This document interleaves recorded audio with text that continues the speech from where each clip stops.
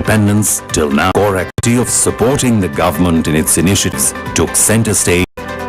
For an organization with legacy and heritage of Assocham, we owe to society consistent effort to grow as an economic powerhouse. For Assocham, it was विश्व की आज की हमें सिखाती है और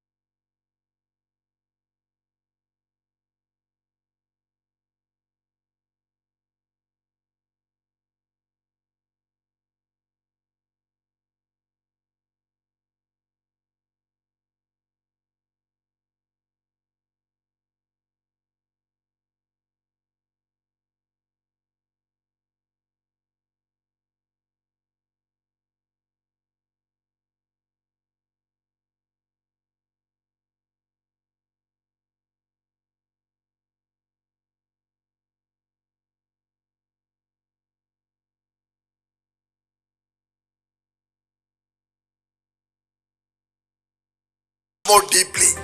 Assocham has dedicated itself to the service of the nation. From pre-independence till now, it has played a pivotal role in the growth of the Indian economy. But its core activity of supporting the government in its initiatives took center stage to work for the 4 pillars of nation building. Assocham would work with the government and industry of India's consistent effort to grow as an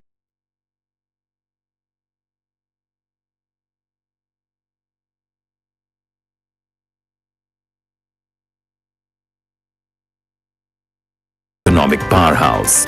For Assocham,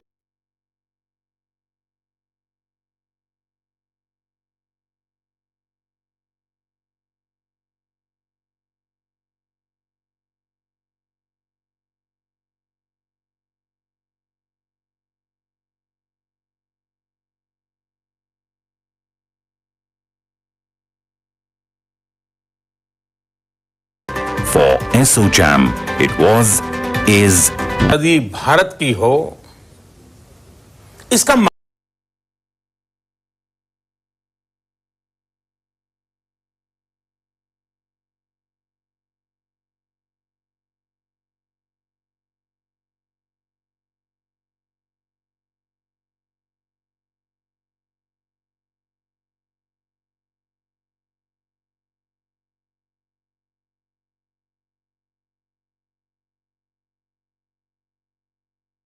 क्या हो?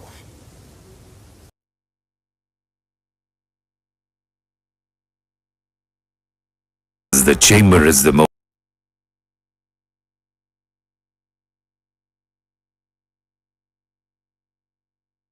the chamber is the most prominent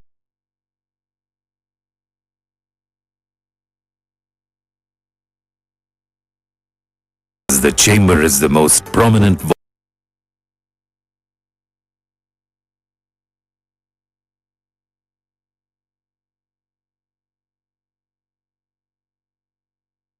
the chamber is the most prominent voice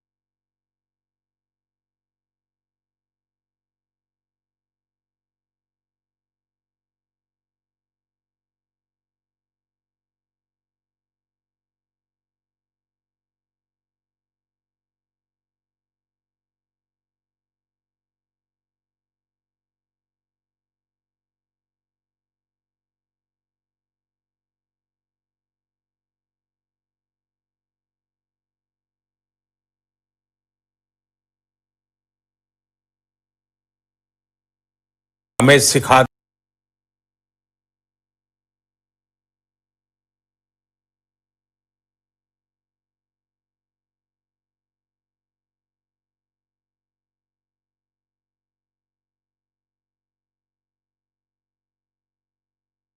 हमें सिखाती है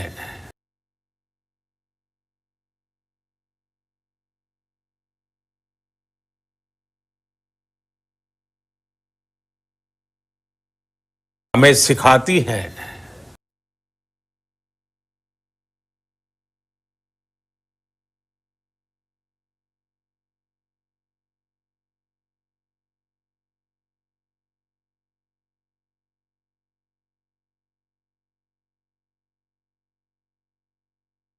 हमें सिखाती है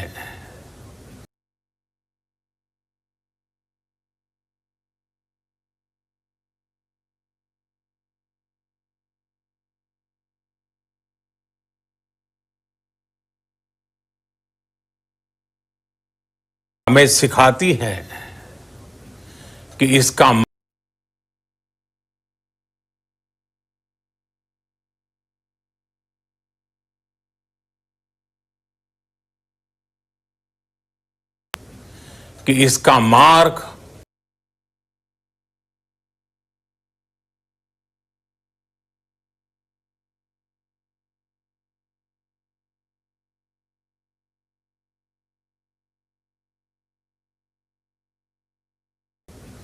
कि इसका मार्ग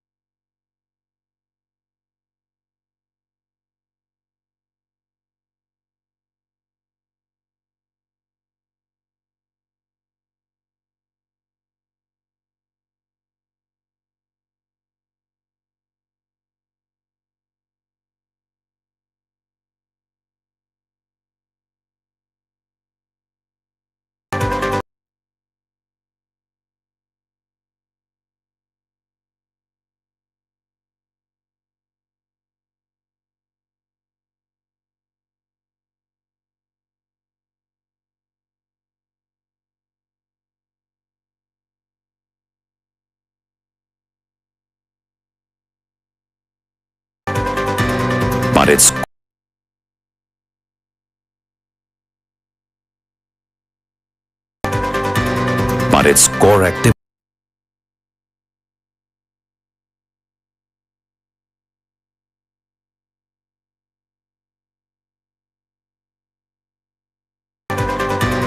but its core activity of support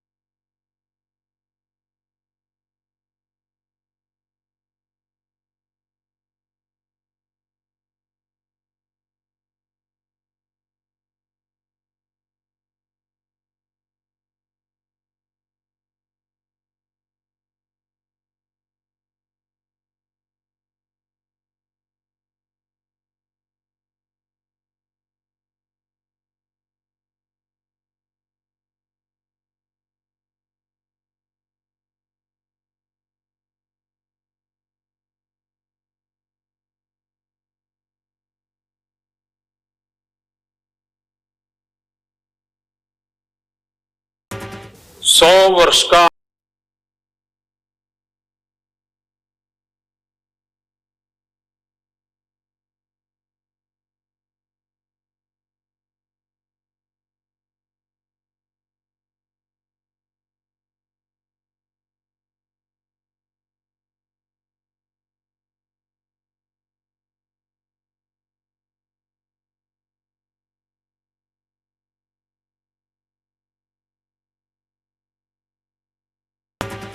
100 वर्ष का अनुभव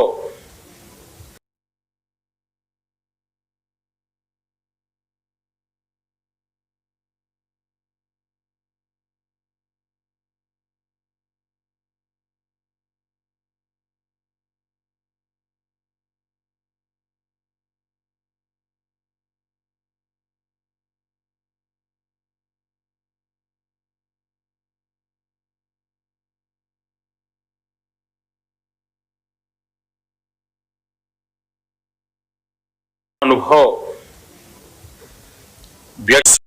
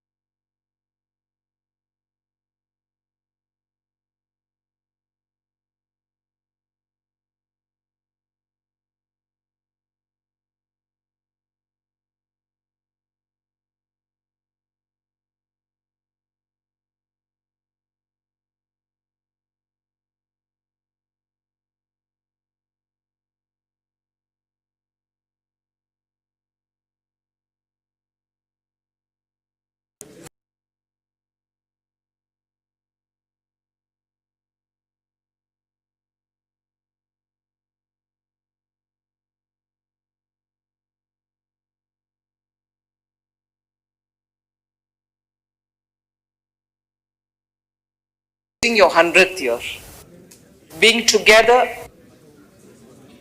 generating ideas, influencing policy, and also showing and making a difference in the ground through all the activities that you are engaged in.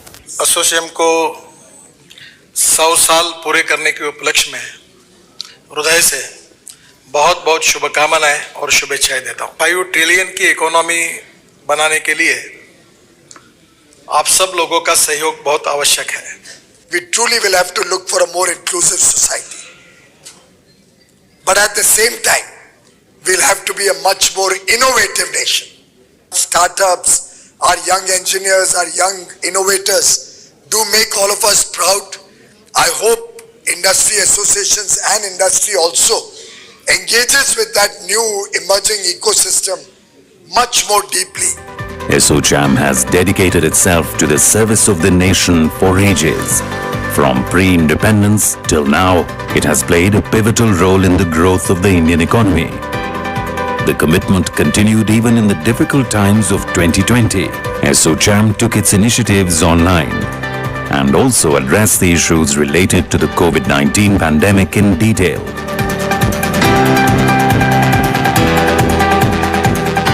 And offline, it worked on supporting society through its CSR activities. But its core activity of supporting the government in its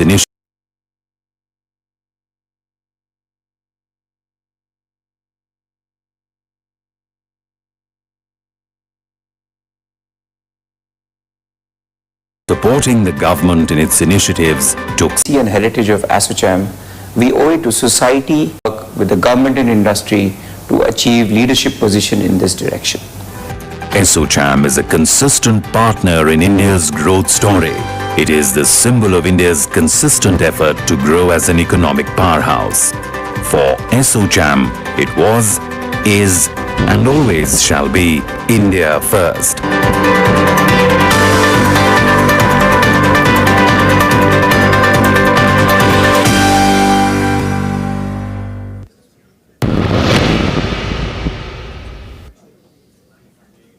इक्कीसवीं सदी भारत की हो, इसका मार्ग क्या हो? विश्व की आज की स्थिति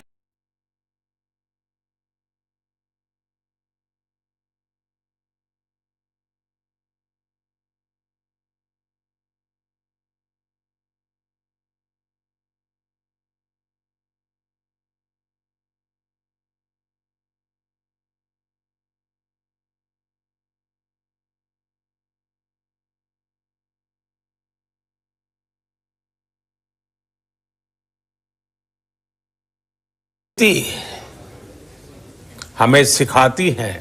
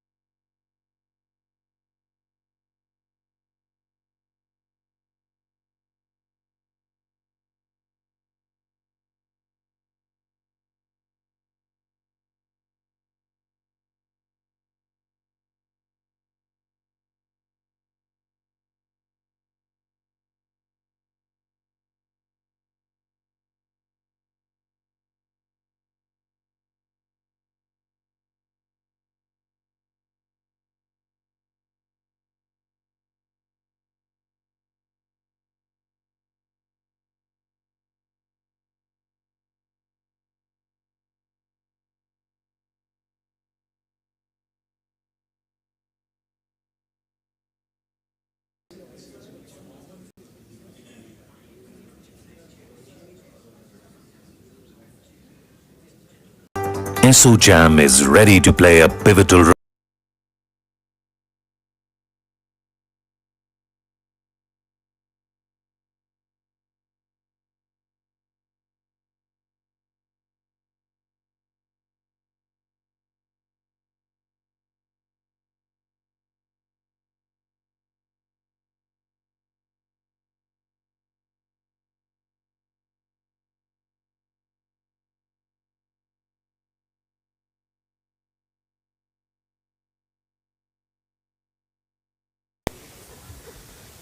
व्यक्ति हो या संस्था,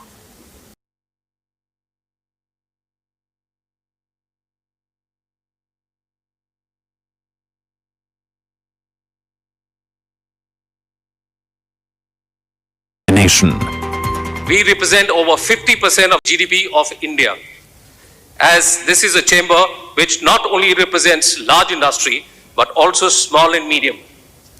And its members of over 4.5 lakh organizations make it one of the largest such institution in the world. Assocham, celebrating your 100th year, being together, generating ideas,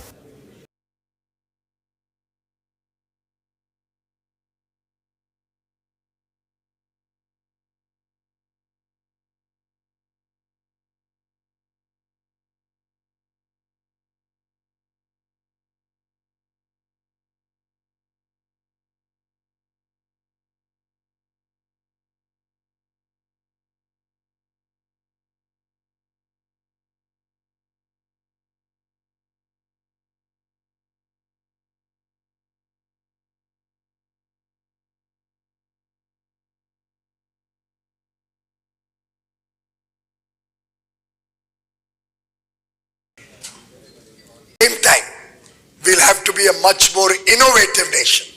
Startups, our young engineers, I hope industry associations and industry also engages with that new emerging ecosystem much more deeply. Ages from pre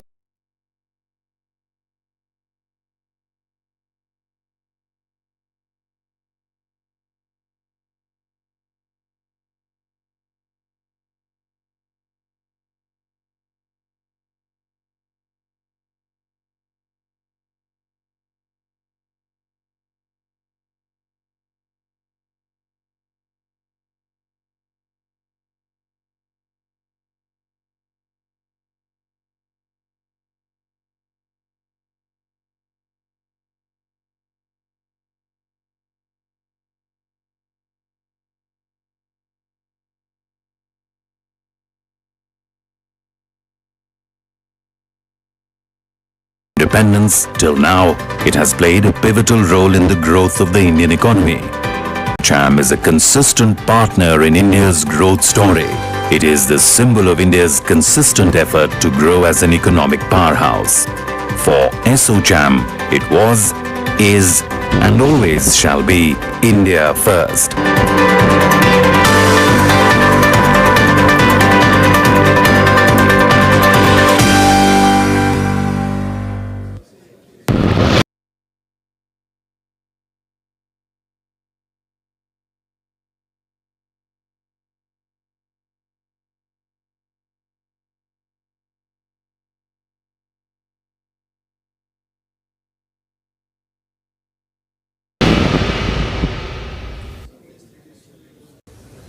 कि इसका मार्ग एक ही है, आत्मनिर्भर Bharat. India further to be Atmanirbhar or self-reliant, Assocham is ready to play a pivotal role. It is perfectly poised to work in this sector to translate the idea of self-reliance into a reality. 100 वर्ष का अनुभव, व्यक्ति हो या संस्था, बहुत बड़ी पूंजी होता है. और मैं एसोचैम के सभी सदस्यों को इस महत्वपूर्ण पड़ाव पर बहुत बहुत बधाई देता हूं, अनेक अनेक शुभकामनाएं देता हूं।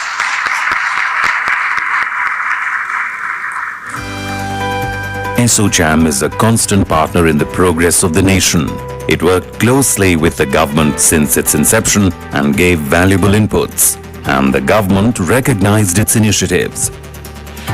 So, even in its 100th year, despite facing the difficult times, it carried on its activities, serving the nation. We represent over 50% of the manufacturing GDP of India.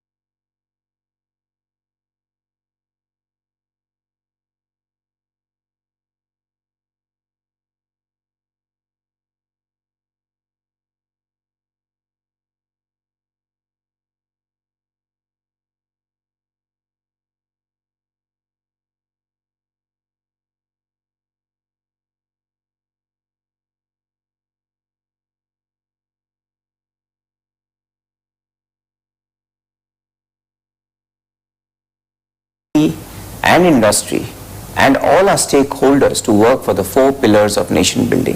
Assocham would work with the government and industry to achieve leadership position in this direction. Assocham is a consistent partner in India's growth story. It is the symbol of India's consistent effort to grow as an economic powerhouse.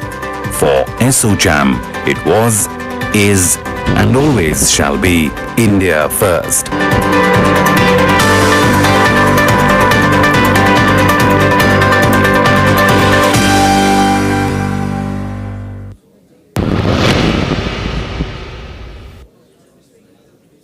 इक्कीसवीं सदी भारत की हो, इसका मार्ग क्या हो? विश्व की आज की स्थिति हमें सिखाती है कि इसका मार्ग एक ही है, आत्मनिर्भर Bharat. India further progresses to be Atmanirbhar or self-reliant. Assocham is ready to play a pivotal role. As the chamber is the most prominent voice of the MSMEs, it is perfectly poised to work in this sector to translate the idea of self-reliance into a reality. 100 वर्ष का अनुभव व्यक्ति हो या संस्था बहुत बड़ी पूंजी होता है, और मैं एसोचैम के सभी सदस्यों को इस महत्वपूर्ण पड़ाव पर बहुत बहुत बधाई देता हूं, अनेक अनेक शुभकामनाएं देता हूं.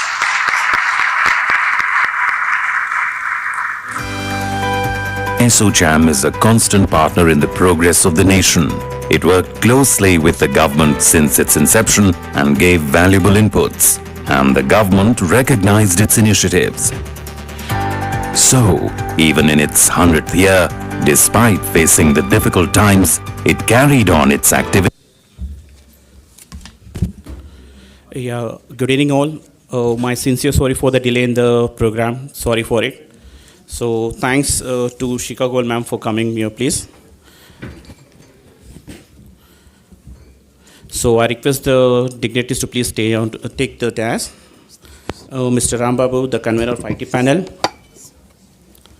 Assocham Telangana State Development Council. Mr. Deepak Mishra, the co-convener, Assocham Telangana Development Council.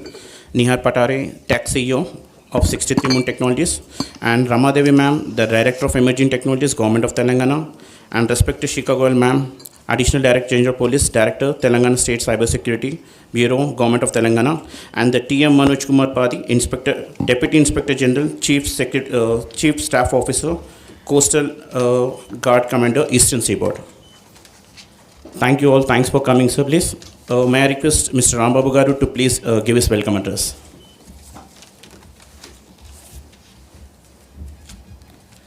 Yeah, good evening everyone.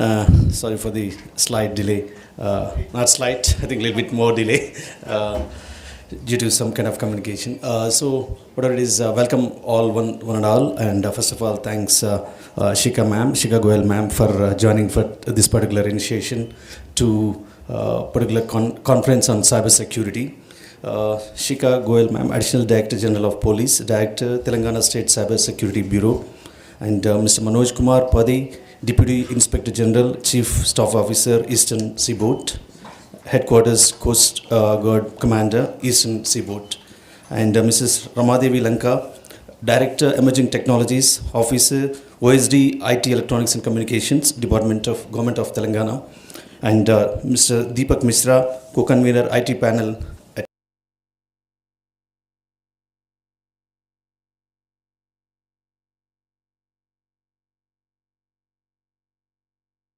who is a state head, AP and Telangana Assocham. And a very good evening and warm welcome to all of you and waiting and waiting for this particular occasion. So it is mainly to bring in response to growing concerns and surroundings cybersecurity. So around this particular topic, which is a keep alarming around and around in everyone's personal and professional surroundings. So in this context, Assocham has taken a decision in collaboration with 63 Moons to organize this particular conference on cybersecurity to especially the challenges and opportunities, especially to raise that awareness about the So this vulnerability not only jeopardizes our personal and corporate lives, but also exposes us and our businesses to unknown risks. Right. In recent years, cybersecurity has been identified as a national risk, given its potential impact on the general populace and businesses.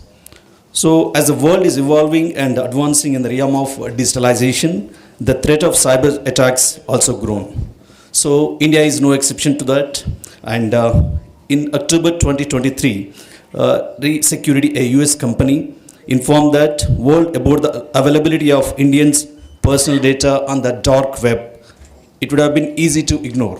But however, like, it's a very huge, very bad news for us, filling our completely all our news feeds around our social media and all our life day in and day out. We will be with one or other digital gadgets.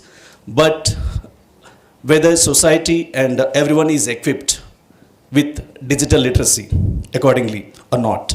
So we feel there is a great amount of awareness and education needs to be really taken place in every citizen of the world. It's not only just one country, or from village to the corporate world, and anyone needs to be aware of it. So to bring that, because it has connections to, because it really impacts your personal data and also the company what you're working for and also the society what you are in, and if at all you're part of government or any hospital or any institutions you're part of it, you are also prone to get exposed with a lot of cyber risks. So I believe it is a need of all to get educated and bring that awareness. Because when we hear, especially cyber attacks, if at all you are exposed to cyber security concern and hackers, these things now, it looks very silly. When we got to know someone really got a victim, when we hear the story, we feel it sounds very silly. But a lot of educated people, highly educated people also getting trapped. So it means there is an essence of requirement for having right tools and mechanisms and cyber security in place in all elements of the systems. But not only on top of it, main important thing is common sense. That common sense can be really bring to all kinds of people only with right sense of education. So I think that education should start from schools and society, at a companies where you're working for, and also where even the government, I believe, I definitely see that government has been taking a lot of initiatives to bring awareness and a lot of advertisements in the media and wherever it is doing. But still, I think the hackers are going even more faster than what government and society is trying to move ahead, actually. So means we need to have even more stronger and very focused education system for this cyber, how you can be a victim of cyber attackers. So in that context, I think we felt at Assocham as a association where we associate with the general public and also corporates world. So we felt there is an essence of having some kind of a awareness sessions so that companies take some kind of initiatives around this particular very key role it plays. The people, CTOs or CEOs or like people who are playing a key role in taking the certain kind of a digital decisions. If at all you wanted to make your infrastructure secure, like because when it's only not only at personal level, at a corporate level, if at all you wanted to secure your infrastructure completely, really prone to attacker proof, then you need to really build a strong and cyber security system in place. Though you're putting your data in cloud, for example, right? But still, we say Amazon, AWS, or whatever the cloud systems you say it, but they have very sophisticated and highly advanced technologies built on cloud. But however, as a consumer, you have to build security around it. They have tools, but you have to use, because AWS or Google or Microsoft won't assure you that your data is secure.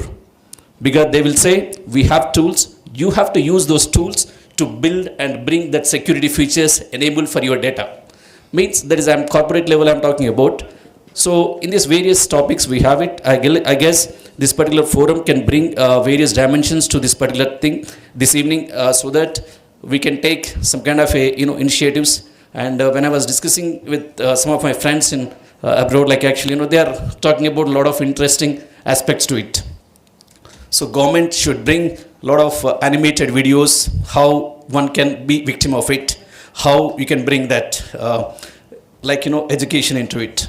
So why I'm keep telling about education and awareness is that is the key thing at this stage of bring, because people now we are using digital payment system, everything digital payment system. India has been with the UPI system. We are one of the fastest and also growing system where we are using digital payments. Means we are highly exposed than anyone else in the world. Means the person who is in the farmer, who doesn't even know, but still people are using Google Pay and bank transfers and everything, they are using it. Means the attackers, really it is a very sensitive, very delicate thing. What I think government should even keep a more strong education system where even uneducated people can understand its relevance. I know they are putting already efforts. I believe in the direction we may need even more stronger initiatives. So I'm hoping that ma'am, I think will throw some light on it, how we can able to even corporate world can even collaborate and bring more awareness in the all sectors of the people. Thank you, ma'am. We can continue here.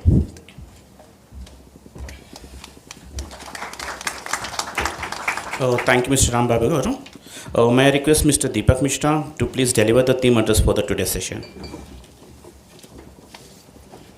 Hi, this is good evening to everybody. I guess Mr. Ram Babu has already given a brief on the theme. I would just like to touch upon 2-3 more granular aspects on the challenges and opportunities.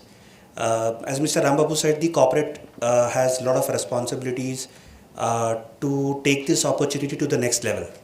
As a corporate organization, if we take this opportunity and we bring in a lot of trust to our business, that will definitely help to for a corporate to get more business. And cybersecurity is, if we drive it as a culture in our organization, we can build more business, we can build more trust. At the same time, we can help our global economy to survive the latest threats that we are seeing, especially the ransomware threats. As you must be very aware that at least 10 to 15 top ransomware attacks happened of the size of more than 50 to 60 million in a year. These ransomware threats bring down the business, they extort money, and they make sure that your business is crippled. So as this theme of opportunities, as we are going to speak about it, we are going to speak about how we can leverage the new technologies, new platforms to build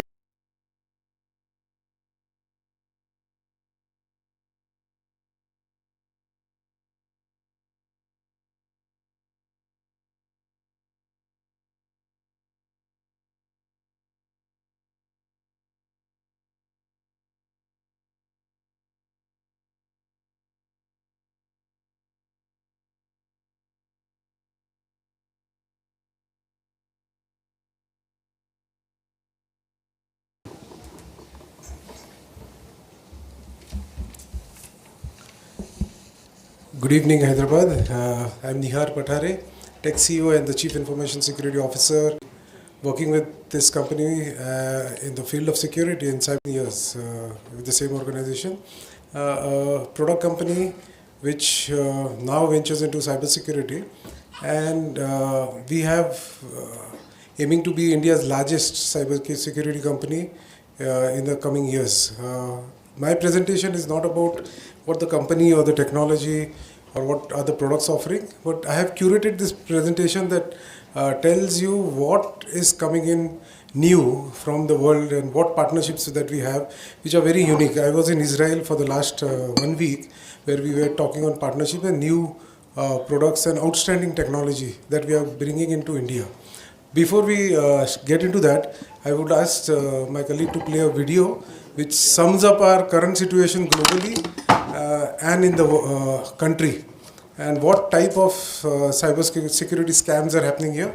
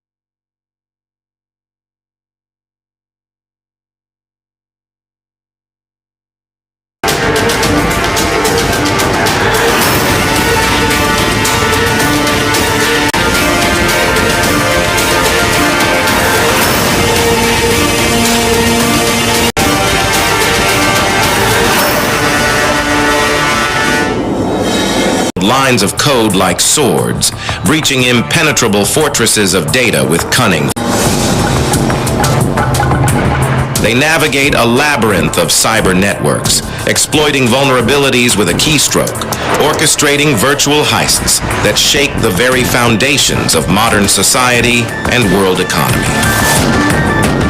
In recent years, organizations of repute, including the BBC, British Airways, Boeing, and IBM, have experienced data breaches after unfathomable ransomware attacks. Nearly 1 million WordPress sites have been affected by cyber attacks.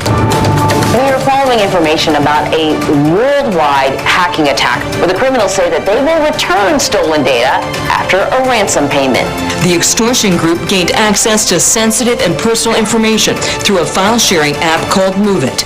Cyber criminals are not only targeting corporations, but also have their evil eye on the common man. It's a scam happening all over the country, an account takeover fraud. It steals your money and all you can do is sit back and watch it disappear. The situation in India is even more grave. A fresh round of cyber attacks has been reported at India's premier medical facility. The cyber criminals had reportedly paralyzed all servers and demanded a ransom in exchange of returning the data access. Cyber attacks against India increased by 278% between 2021 and 2023, with service-based companies, including IT and BPO firms, seeing the highest share of attacks. India has become the most targeted country globally, facing 13.7% of all cyber attacks. These incidents emphasize the statement made by India's Honorable Prime Minister Shri Narendra Modi. Cybersecurity is no longer limited to the digital world only. It has become a matter of national security. All this makes cybersecurity paramount for any business or individual. By 2030, the value of the global cybersecurity market is estimated to be 42 lakh crore rupees, and India's cybersecurity market is estimated to reach 1 lakh crore rupees by 2029 from 39,000 crore rupees in 2024. Hello sir, आपको एक call आपके card से संबंधित किया जा रहा है। Sir, बताना चाहूंगी कि आपके खाते को 50,000 की लॉटरी लगी है। ना किसी लिंक पर क्लिक किया, ना ही कोई मैसेज मिला और पैसे रफू चक्कर। Therefore, for complete protection from the infamous Jumtara-style frauds, India needs a vigilant and resilient cybersecurity force, like our border security force that safeguards our nation. We bring you that force in the form of 63 SATs, a leading-edge, avant-garde cybersecurity initiative that leverages the world-renowned indomitable system architecture of its parent organization, 63 Moons Technologies. Founded by the visionary leader and tech genius, Jignesh Shah, it was our resilient cybersecurity force that shielded the multi-commodity exchange from millions of cyber attacks for 20 years. Banking on our illustrious credentials, the Israel government's former cybersecurity head, Mr. Yigal Una, who was directly reporting to Israel's prime minister, has joined us. In order to ensure India's cyberspace is a much safer place, all of my connections and networking are available to Mr. Shah and his team as they work towards making India's cyberspace much safer. Our unparalleled success and revered culture of innovation have attracted some of the leading cybersecurity firms in the world to partner with us for creating the best-in-class suite of products and services, such as CYBX for every mobile, 63 SATs for every enterprise server, and Cyberdome for every city, every state, and the country.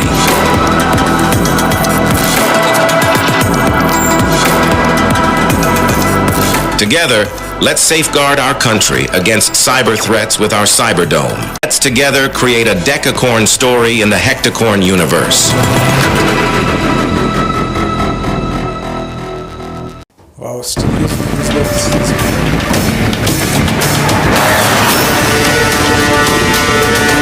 and more people closer to us are getting into cyber attacks. Can we shift to the presentation?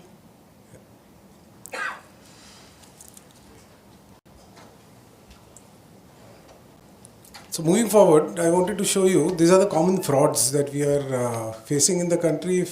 Phishing, swim swap, OTP interception, in terms of forwarding your OTP messages swapping your SIM card. Phishing is now on the older side, but now we have a new kid on the block, which is deepfake.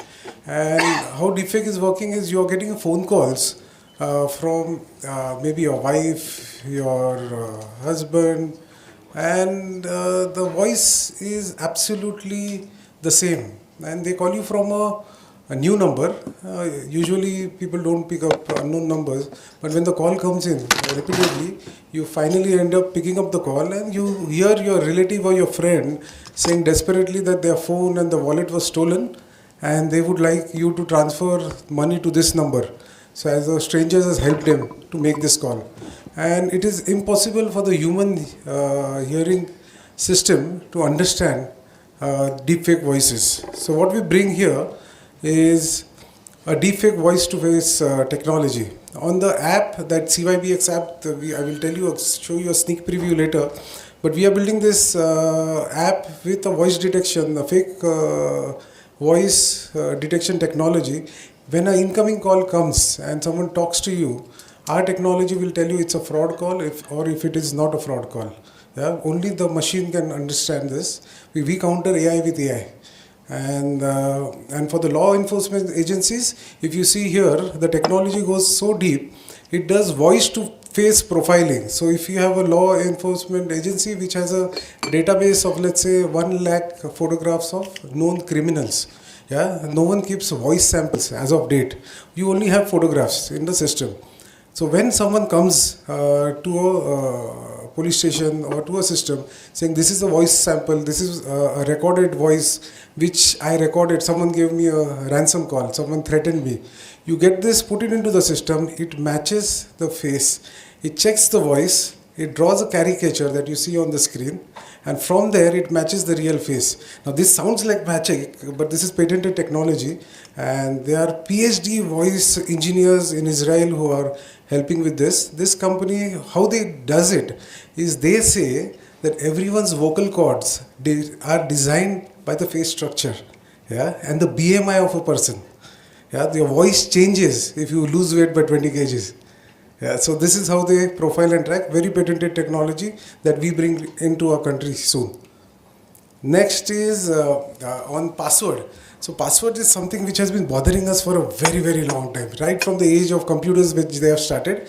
And this is absolutely a new simplest form of passwordless technology. When you will say, when it's so simple, why was it not invented earlier? And it's called the symbol. So this is a no language solution. So you need not understand English or Telugu or you have to have your password. It's only symbols.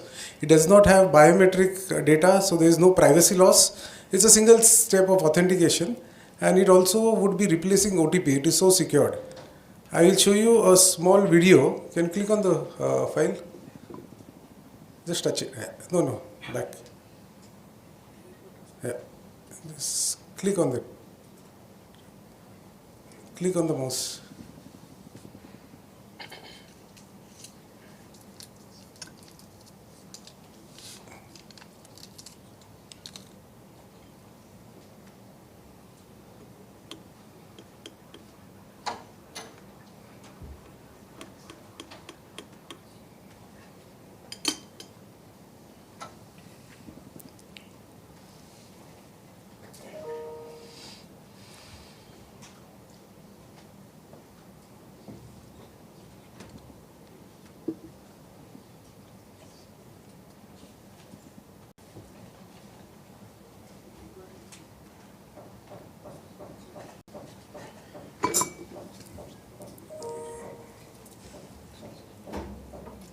Still authenticate themselves with the old traditional password method.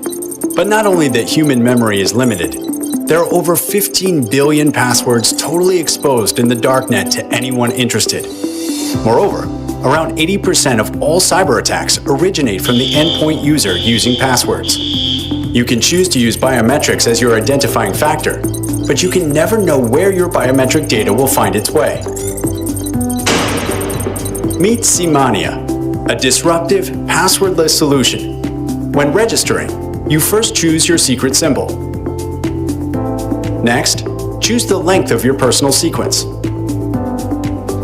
Now, you are ready to start a login session. Enter your username. Identify the location of your secret symbol and its random background color. On your smartphone, click on the matching location of the background color.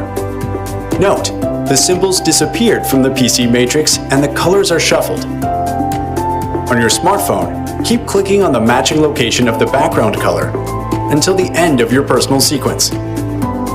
Finally, click Done. And the verification is complete.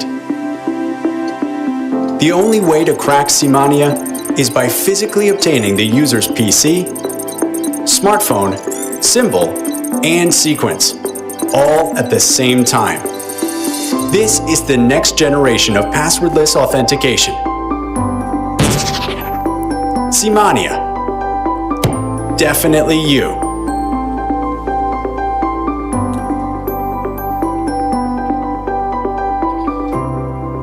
So this technology we bring in next month with trials from Windows to, it's already working with most of the cloud service providers, right from Salesforce to Amazon to Microsoft, and we bring this to the country.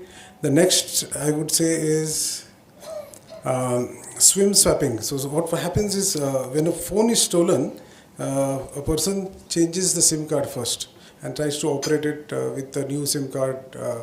So this technology here, it binds all these 4 things that you see. First 3 of them are on the handle. The other 2 are with the service provider. If any of this combination changes on a phone, this would be locking your phone completely. Yeah, so you can be rest assured, even if your eSIM is transferred, it would not work. Yeah, so then we get into Senti Logics. This is the most secure banking transaction way. This technology will remove completely OTP from our life. This we have already done 90% of trials with SBI and talking with RBI on this. What happens here is it has advanced AI features. What it does is it gets into the KYC. When you do a payment from a wallet, let's say a Paytm or a Google Pay wallet, and someone is asking you money for it, it goes and checks the KYC and also flashes the user's photo, showing you that this is the person you are transferring to. Is it the girl that you are transferring to, or is it the Nigerian hacker who's behind it? Yeah. So it tells you clearly which the SIM card is and the KYC for that wallet is done. So you do not have OTP coming in. Other technologies that we get is face to access to allow staff seamlessly walk through. This is good. You don't need attendance controllers henceforth. We are using this technology at Mumbai airport.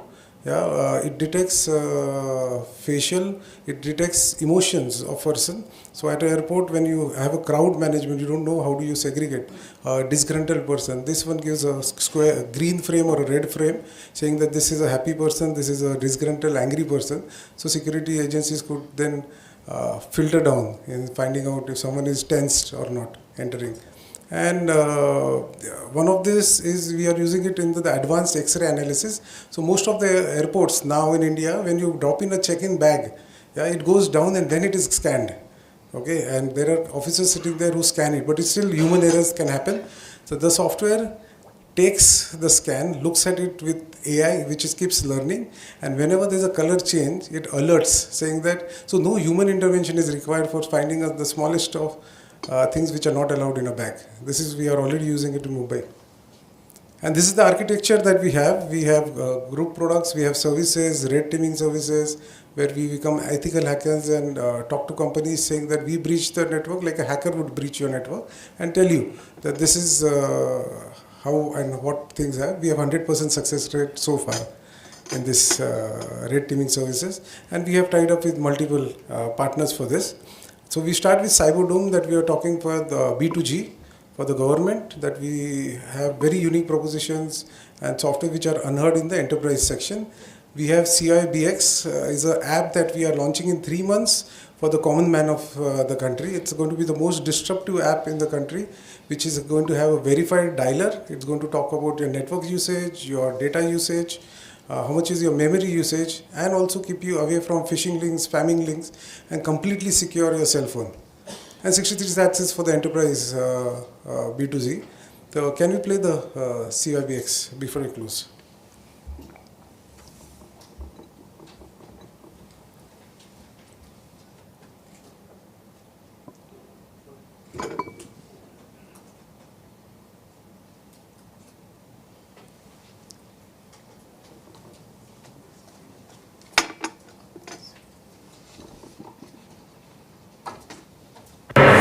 In a world where our lives revolve around our smartphones, it has become a gateway to our personal lives.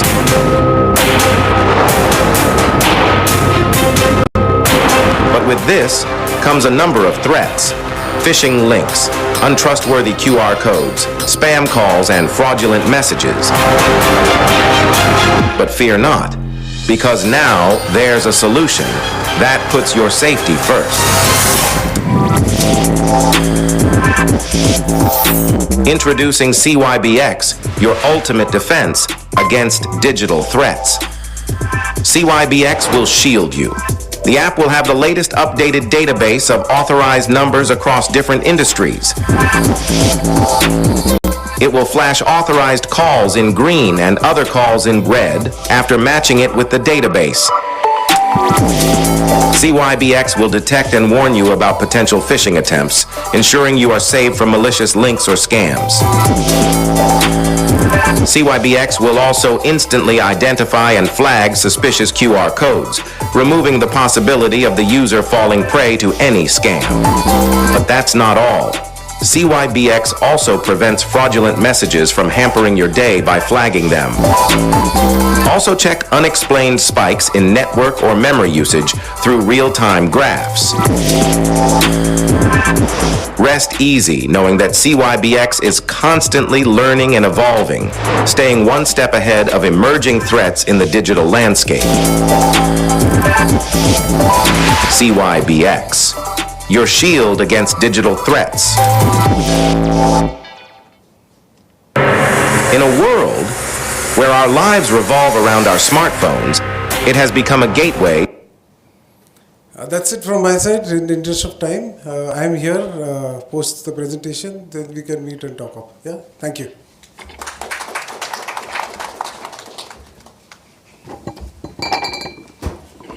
Yeah, thank you, Mr. Nihar. Thanks for the videos and all the things. May I request Mrs. Ramadevi ma'am, the Director Emerging Technologies and OSD to the IT department for a special address, please.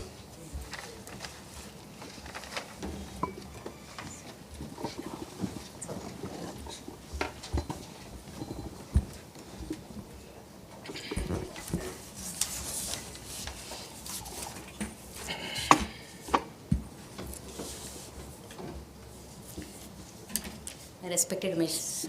Chicago Garu, Additional Director General of Police, Manoj Kumarji, he has come all the way from Vizag and he's doing some fantastic work. Ram Babu Burgu, Deepak Mishra, Nihar Patare, Dinesh Babu, and my colleagues, from Cybersecurity Center of Excellence, representatives from industry, academia, and the speakers that are, out there sitting for the next session. A very good evening to all of you. Well, I think most of the, content that I actually prepared was actually, spoken by all the speakers earlier, shared by all the speakers earlier. In fact, I've listed out certain, challenges that each actors are facing. Nihar actually, products and solutions that he has demonstrated.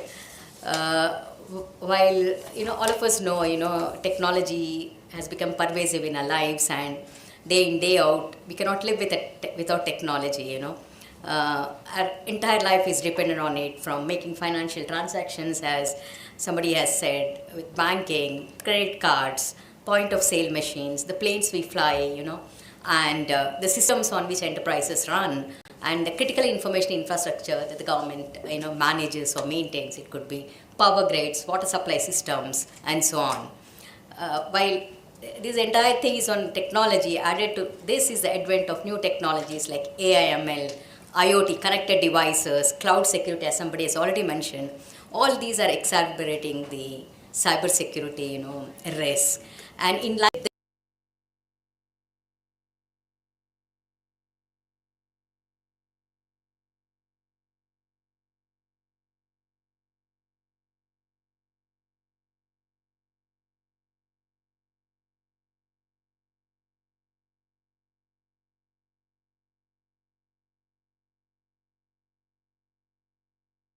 this scenario, World Economic Report has come out with Economic Forum has come out with a report, as one of the top 10 risks the world is going to face. And cybersecurity is listed as a scenario that we are looking at right now. And I appreciate Assocham, for doing this event at the right time. I think, so that it creates awareness, understanding of the problems, challenges, and solutions. Well, as the earlier speakers have, mentioned, opportunities are different for different actors in the ecosystem. So individuals, again, so much has been talked about, but yet you might have faced, amongst your relatives, friends, and so on. One of my friend, she's high-tech, she works in a reputed IT company. In fact, she organizes or conducts, she's an advocate of cybersecurity, conducts workshops in cybersecurity. And recently, she got a message from a US friend, saying that she's having some problem with a bank account and asked her to transfer $40,000. Without a thought, just transferred $40,000 or something to the account.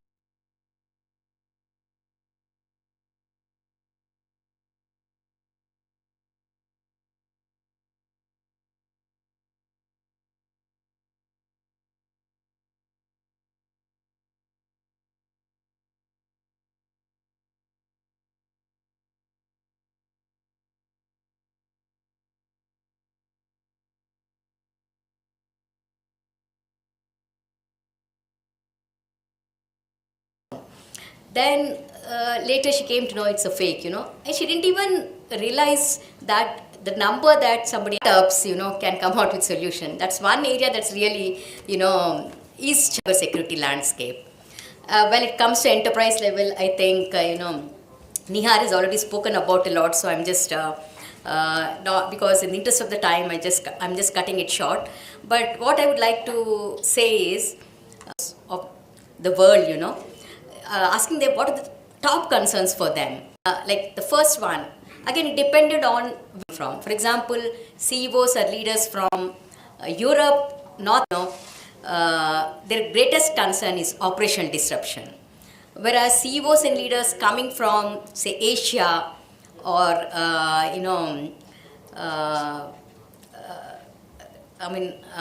Africa and so on, because of ransomware. So this is a different one. And leaders coming from the Middle East, they said their concern is about brand and reputational risk. So these concerns varied, depending on where the leaders are from. So, the survey also asked them what is the overarching concern, for everybody. So, which personally kept them up at night, worrying, what is one thing that is actually worrying them. And they said, losing access to products and solutions, or goods and services, and cyber extortion are the most concerning thing for them. So against this backdrop of scenario, what are the solutions? In fact, I don't have to now talk about the solutions, as Nihar has given some fantastic, indicated solutions. I was talking about implementing zero trust architecture and using, again, the hackers are using AI ML technologies, Why don't we also use the same technologies to actually come out with advanced threat prediction and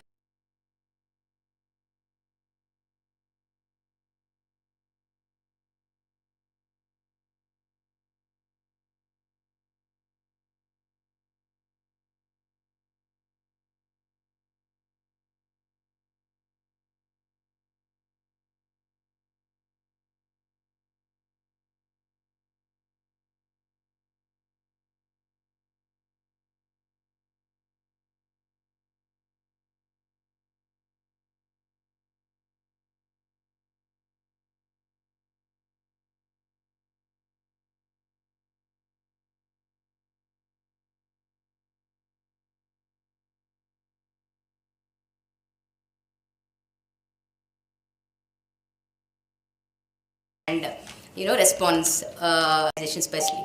As it is today, no company can work in cyber solutions. But how are you going to ensure that your third-party vendors, awareness, education, due diligence is required?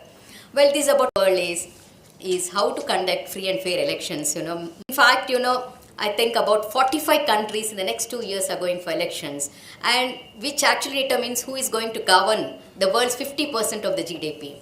So now, already, I think he has already mentioned about deepfakes, a few areas, especially of risk, misinformation, disinformation. We have looked at, we have heard about certain examples, deep fakes, as Nihar already mentioned, using voter details, for targeted advertisement, and especially algorithmic manipulation. And we have seen in certain social websites how it's being misused, to influence voters. So now that's the biggest concern for the governments across the world. How do we actually tackle those issues, and conduct free and fair elections? And the second one for the government is again geopolitical tensions. And we have seen this in Ukraine, how, Russia has actually used cyber attacks on Ukraine. And if at all, any country is going to attack on the critical infrastructure of the government, bringing down, our power systems, water supply systems, or it could even cause to loss of lives. So that's the second one. In fact, Mr. Obama, way back in 2015, he declared a national emergency, to deal with this cyber threats or cyber security. And our Prime Minister also mentioned the same, now more than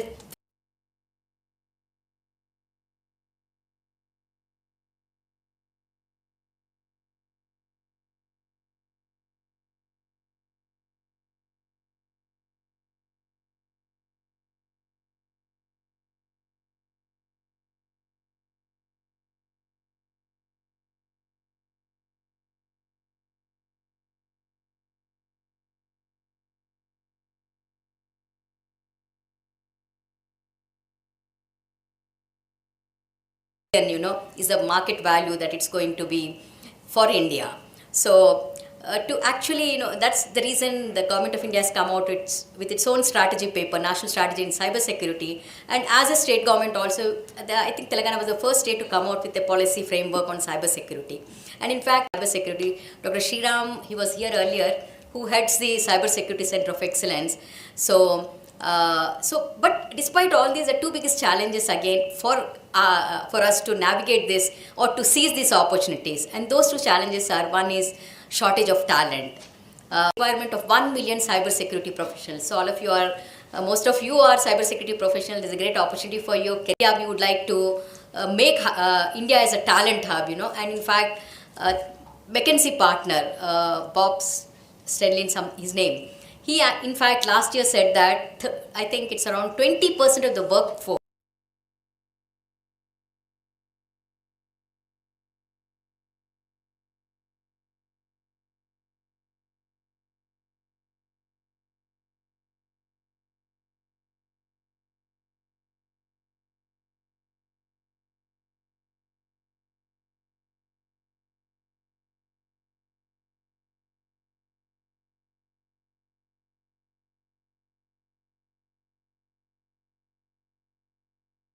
will be from India. It's not just cybersecurity, but is going to be the talent hub. We need to prepare our students, our workforce to meet the industrial needs. So that's adds to the talent pool, So those kind of initiatives are still required to be implemented in various universities. That is the first challenge, talent. Second is, report again says that, while large corporations are able to secure their systems well, they're cyber resilient, and all that, but MSMEs, who constitute a major percentage of companies, their cyber resilience has gone down in the last 2 years. And the reason was they're not able to afford, expensive resources or cost for either the talent or for the solutions. So there's a great opportunity for, again, our startups to come out with products and solutions that are affordable, and that can be made available, not just solving our problems in India, but again, making it available across the globe. So these two are the areas that the government need to work on. And our Center of Excellence has actually incubated about 45 startups so far in the cybersecurity space, and they're conducting many programs, workshops, for working professionals as well as for students. And there's another area that's also coming up. Most of you might be aware who are in cybersecurity. The government of India has come out with the DPDP Act. So privacy, jobs in those areas are also going to increase. So, but we need to again train our manpower or a talent in that. So finally concluding, as we integrate technology further into our lives, the risk further increases, no doubt about that. And cyber security is not all optional as on today. It's mandatory for everyone.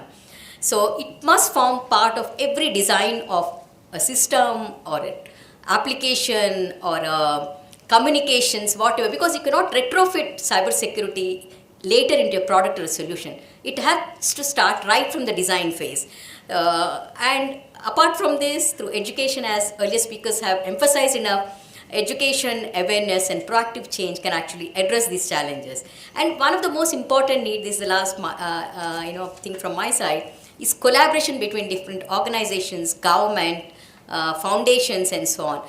Most of the companies, when they actually face this attack, they do not share this data because of fear of reputational risk. But you are giving an opportunity for the hacker to go to a next company and attack it. So collaboration is the key to solve one of the major requirements, between different organizations to solve the security threats. So between privacy and security play a critical role. And especially collaboration, education and awareness, and balancing between privacy and innovation. The reason I'm mentioning balancing between privacy and innovation is, privacy and security is, we have GDPR. Again, companies have to invest a lot, to comply. Then our own DPDP. So somewhere they have to actually balance their costs and compliances. So these three things, I believe, are going to play an environment in the world. Thank you, Assocham, for giving me this opportunity.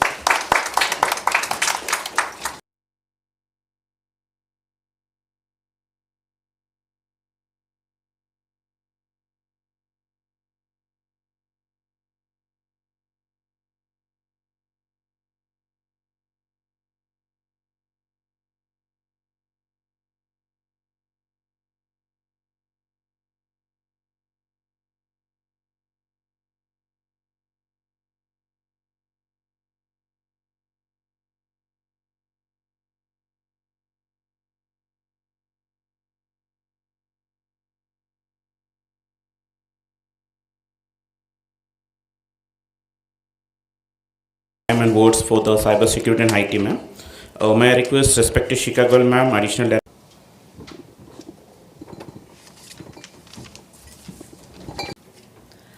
Good evening, everyone. Thank you, Assocham, for having me here. And first of all, but it's because of some communication gap. So sorry, and thanks for waiting for me. Yeah, I can change from here. Which is the one? The center one? Center. Mm-hmm.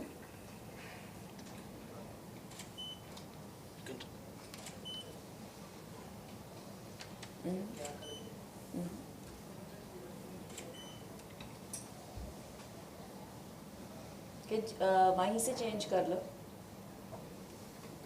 It's not coming. The full mode.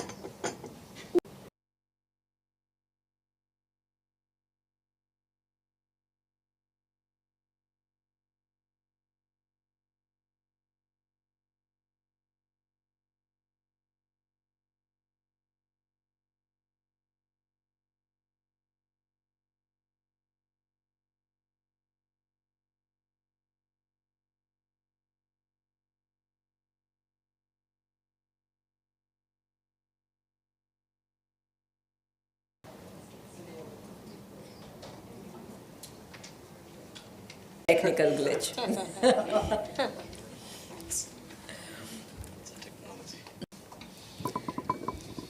Which is probably, although we just heard a speaker who was probably going to replace most of us, especially in the police. Because I don't want to press anything which again creates an issue. Which pointer may it's you?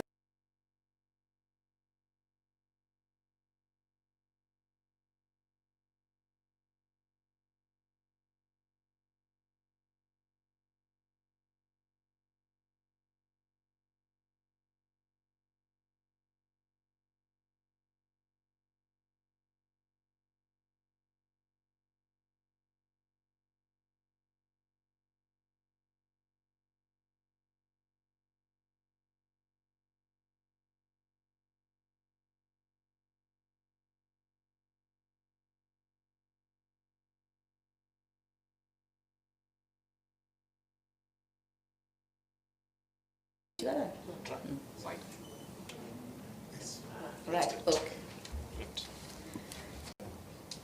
Cybersecurity is no longer just a subject or a topic which is public utilities, the largest type, whether somebody spoke about the airports or the BBC Council. In fact, just on the 4th of this month, the UN Security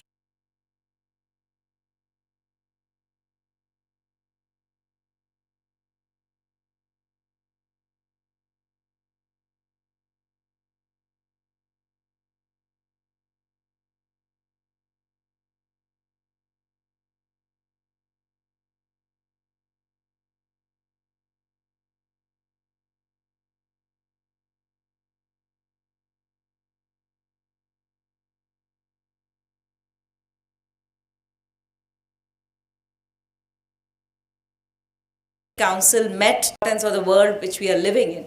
And one thing which came out very clearly in this to do low intensity crime.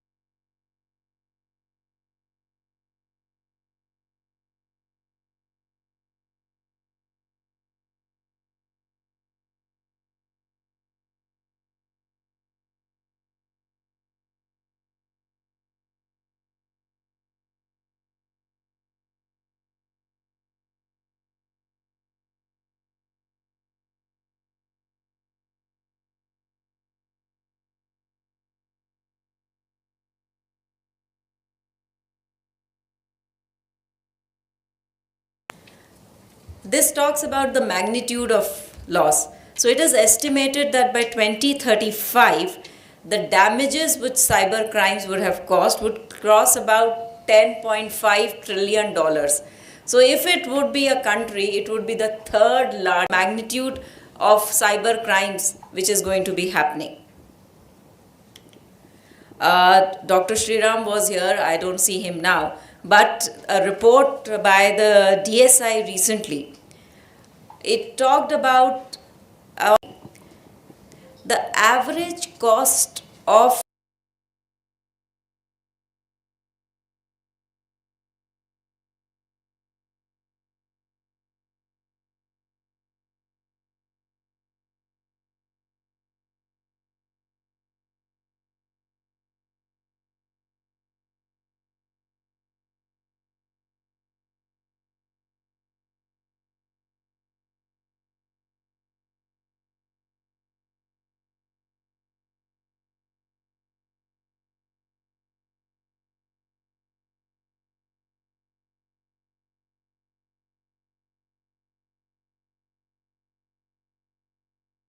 a data breach as per the IBM, kind of economical implication it has.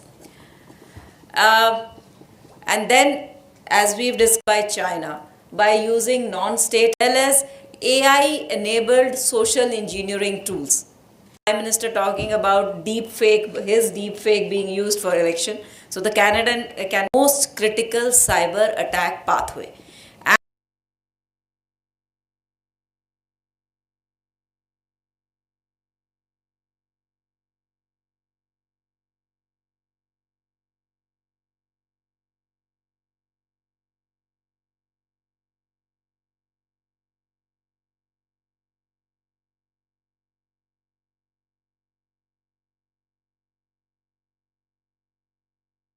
Over 80%, almost 15 of which I have listed on this slide, but there are many more. So, from percent of the different threats which happen, the zero-day exploits, and the fast gaining ground presently.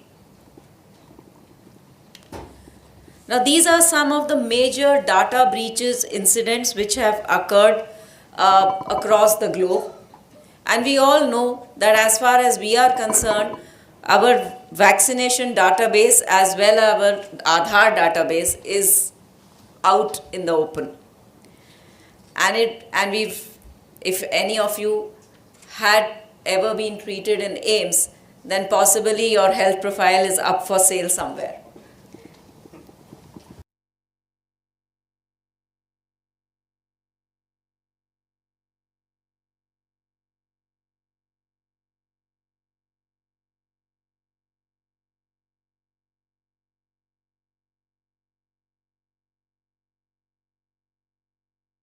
Probably this is one which really awakened us. In 2022, 40 million breach happened. This happened because of improper net segmentation and non-functionality of critical applications. AP and Telangana, the state power servers were affected by a ransomware attack, and which had a virus, a link which had a virus. So when we studied various major cyber attack incidents across the world, one thing it shows is that there is always a Vibhishan who opens the door for entry into something very high-tech. It is updated firewall,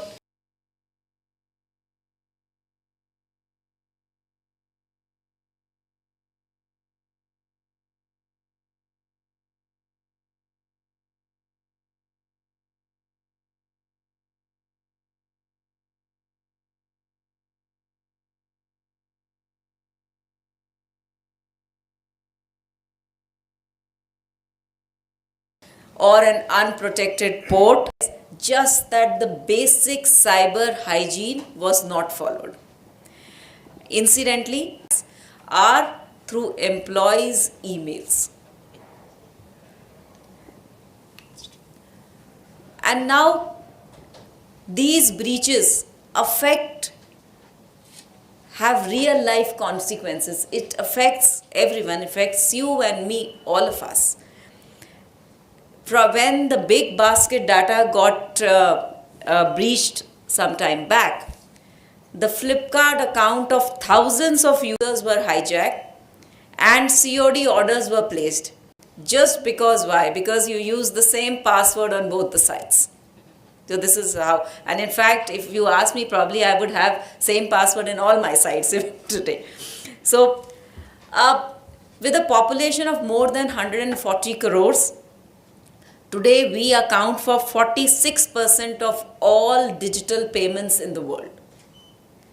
So everyone, whether rich or poor, educated or uneducated, doctors or engineers, Ramadevi was just talking about how her friend who's a IT professional transferred. So in fact, when we see the crime, especially the investment frauds which are happening, which are the highest, the top 5 trending MOs presently in Telangana, the investment fraud, can you imagine who are the victims maximum? They are software engineers. It really doesn't matter how educated or how aware you are, although we're talking a lot about cyber awareness, there is something at that point of time that everything fails. Now, I'm sure that everyone in this room must have received either a WhatsApp, a call, or an SMS, or an email, or anything offering you some benefit, something or the other. Okay? And why? Because our data is out there. And therefore, there are all kinds of players who are using all kinds of frauds and crimes, committing crimes using this data which is available out there.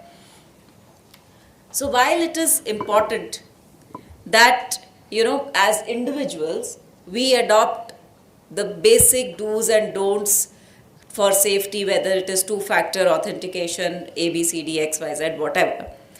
As organizations, which are custodian of data of millions of our customers, it is our moral and ethical responsibility to ensure that our systems are protected against unauthorized access.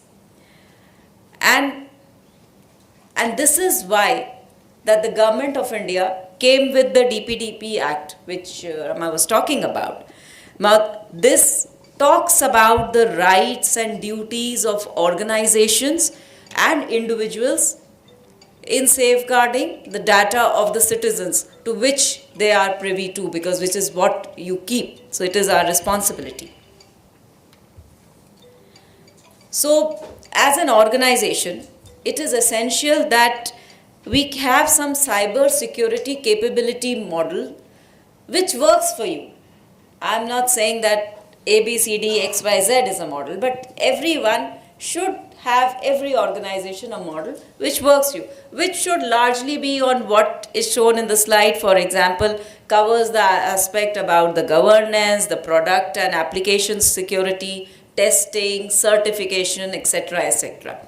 Now, we at the being the nodal agency in the state for cybersecurity, we are implementing various measures for the police department, which are enumerated on the slide, whether it is having a SOC, whether we're doing penetration testing, we've released cyber hygiene guidelines for the police, whether it would be cyber audits, which we are going to, of such incidents happen anywhere across any sector in the government or in the private in future.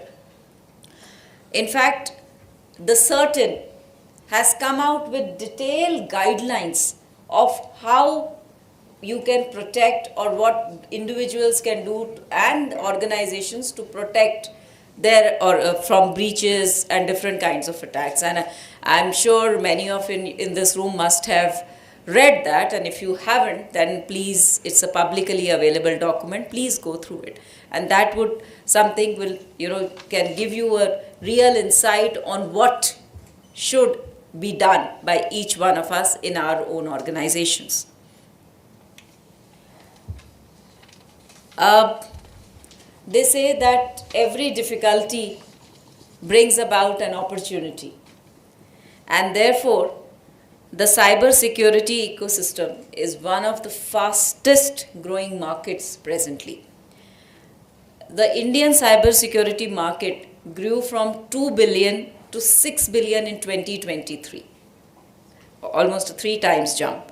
And if you look at the services, then the security operations accounted for almost 45% of the spend of the various companies when we're talking about services. So all of you here who are in the business of service providers or solution providers, you are definitely in the right business at the right time. And as far as our request goes from the side of the police and the Cybersecurity Bureau, is that we welcome anyone who is there to offer solutions, anyone who can offer expertise to the police, because this is a new area, this is an emerging area. As police officers, we are definitely not experts in this field. We always look forward to people like you in this room who are experts to offer us solutions, and as obviously solutions which are affordable, solutions which can be used for masses. So these are the solutions we look forward to, and also expertise for us in case there is a cyber attack, there is a ransomware attack, in mitigating those attacks. So we definitely look forward to collaborating with people who can help us with their services and products. As a beginning, I welcome anyone through the Assocham if they want to come and visit the Cybersecurity Bureau, which is at the Command and Control Center at Banjara Hills, the iconic building. And we can collaborate with whoever. We are free to please share if anybody would like to share any proposals, any demonstrations. This is an area where one thing is really certain, that we cannot live in silos, and unless and until we cooperate and collaborate, the industry, the departments, the government, probably we will never be ahead of the criminal. Thank you for having me here. Thanks a lot.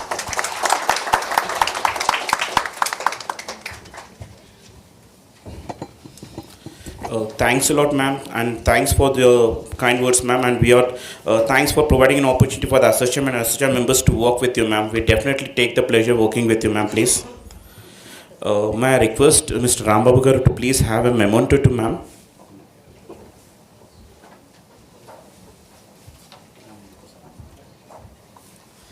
Ma'am, a token of gratitude from Assocham, please, ma'am.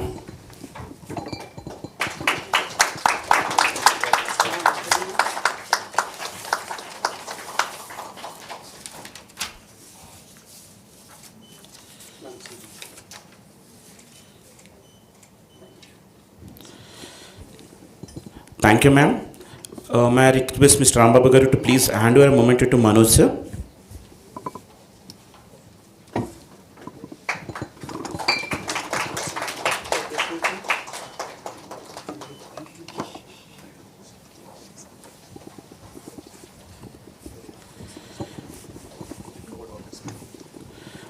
May I kindly request Mr. Deepak Mishra to please give a token of memento to Ramadevi, ma'am.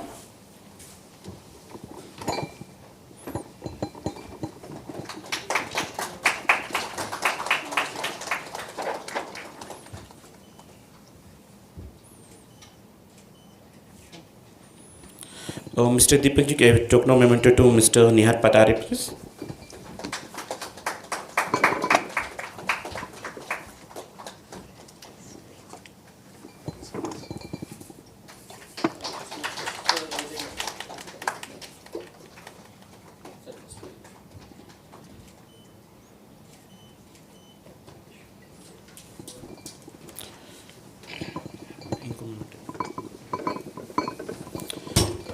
Sir, a token of memento from Assocham to Mr. Rambabu and Mr. Deepak.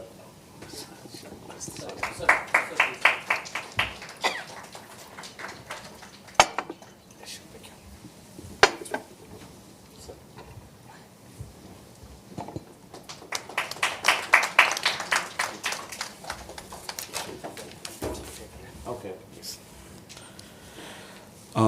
On behalf of Assocham, I extend my heartfelt gratitude to each of you for gracing our inaugural session on cybersecurity, challenges and opportunity with your presence and active engagement. Today's interactive session marked the beginning of an alignment journey into the complexities of cybersecurity, where we collectively explored the challenges and promising opportunities that lie ahead in the safeguarding of digital world.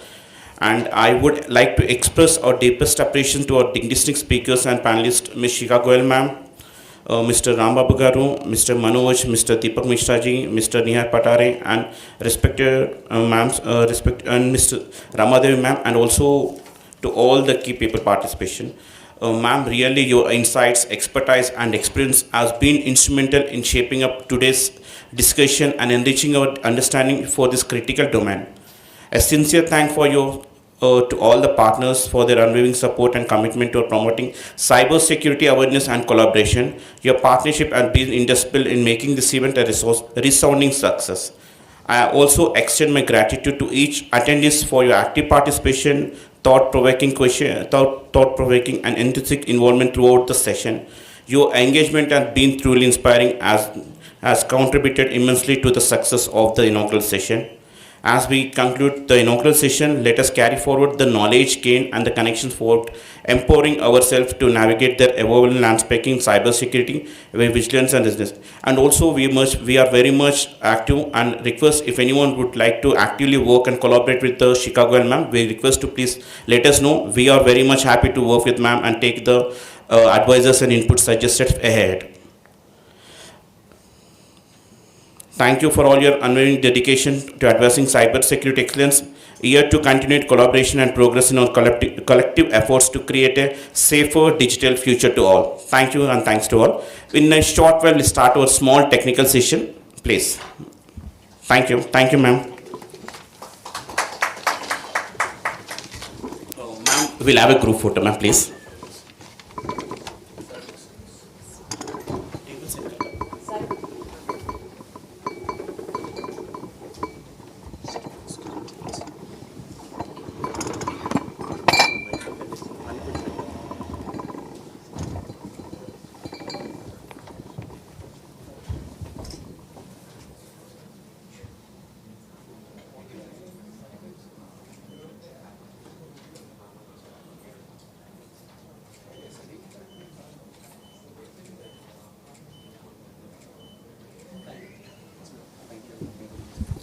Thank you, ma'am.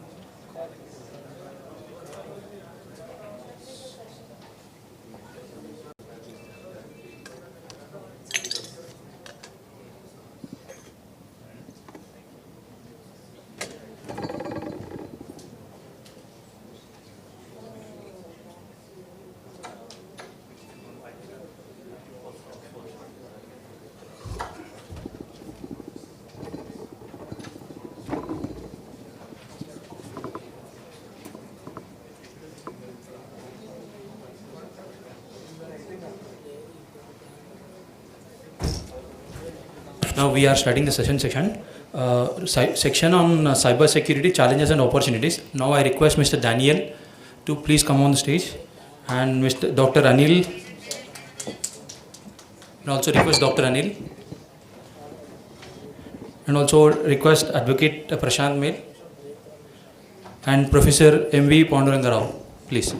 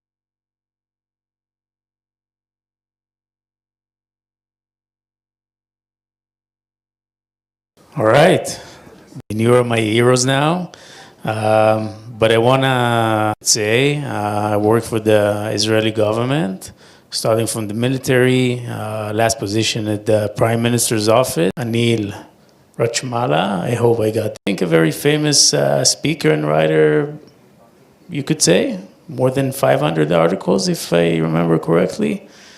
So you'll hear from him.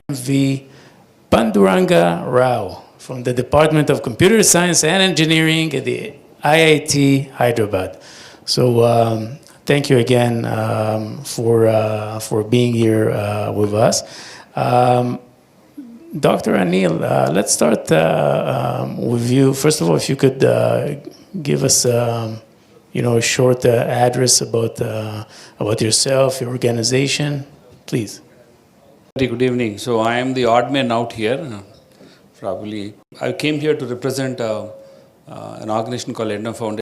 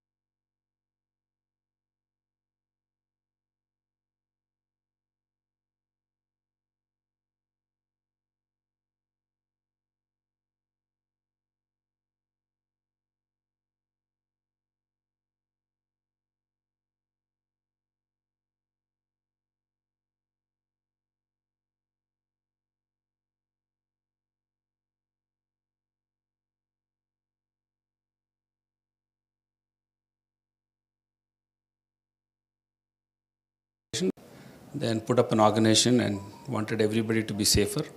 So we are probably the Asia's only lot of initiatives. I've written probably around about 580 plus weekly articles about digital well-being. We talk in terms of more of how to manage your privacy, your consent. So wide variety of things. In principle, we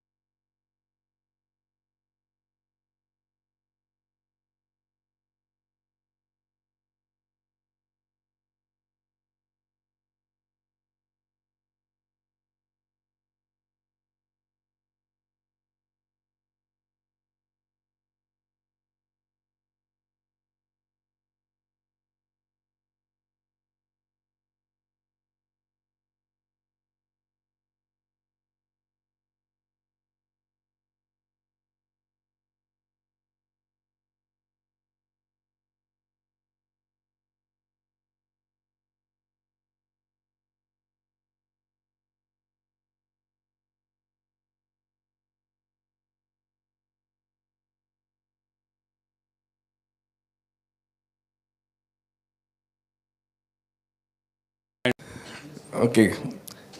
Good evening. I know this is because it comes with its own poisons which affect your.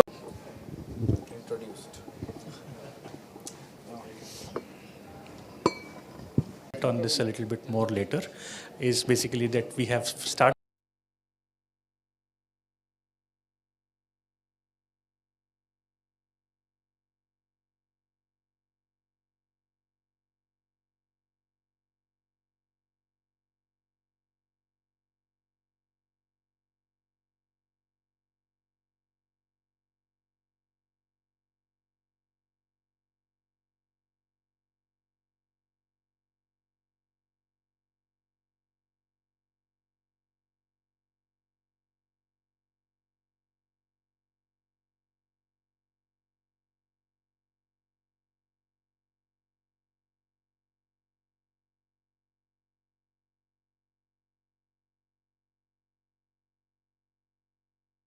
offering a master's program in. So there are a couple of things that I would like to speak about.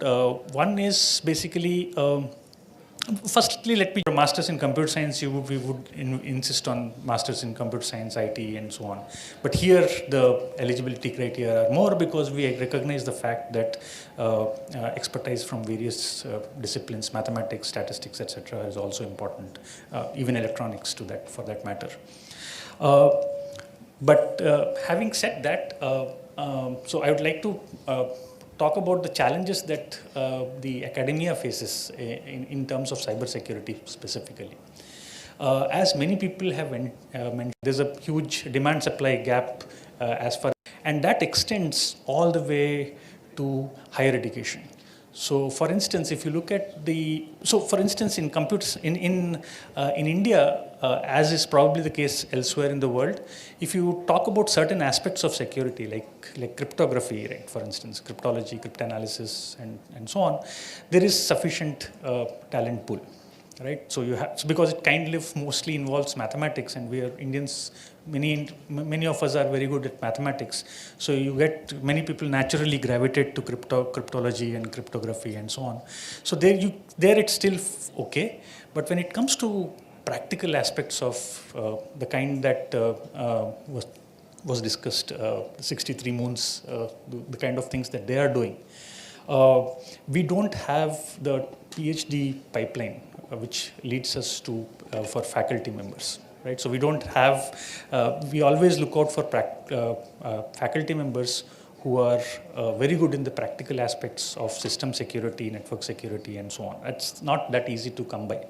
So that translates to the fact that our program, for example, Masters in Networks and Information Systems, Information Security, is a very good program.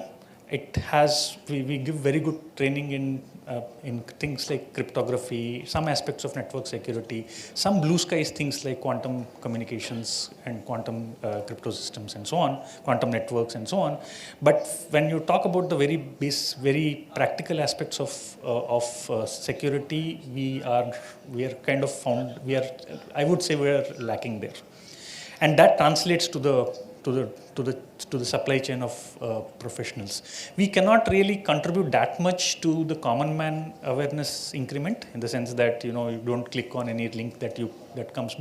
In fact, some of us have fallen victim to that. So that's not really our expertise. Educating the common man is not really our expertise. So part of that is probably because of there are several reasons. One of the things that I would right now probably be able to, and the other thing is I would like to also mention about the people have said that they have started programs in masters. So ma'am was telling, Ramadevi ma'am was saying that we now insist that every engineering program has a cyber security thing. The problem is that in many of these things, right, the curriculum is not very, the curriculum is good in theory. A lot of crypto systems, lot of technical stuff is taught, but when it comes to actual practical experience, solving real life cybersecurity problems, working with real data sets, etc., I think there is a huge gap out there. So the curriculum in theory is good. the basic fundamentals are kind of probably taught, but the next step, which is really the crucial step as far as security is concerned, is basically exposure to practical, this thing is kind of lacking, is what I would say.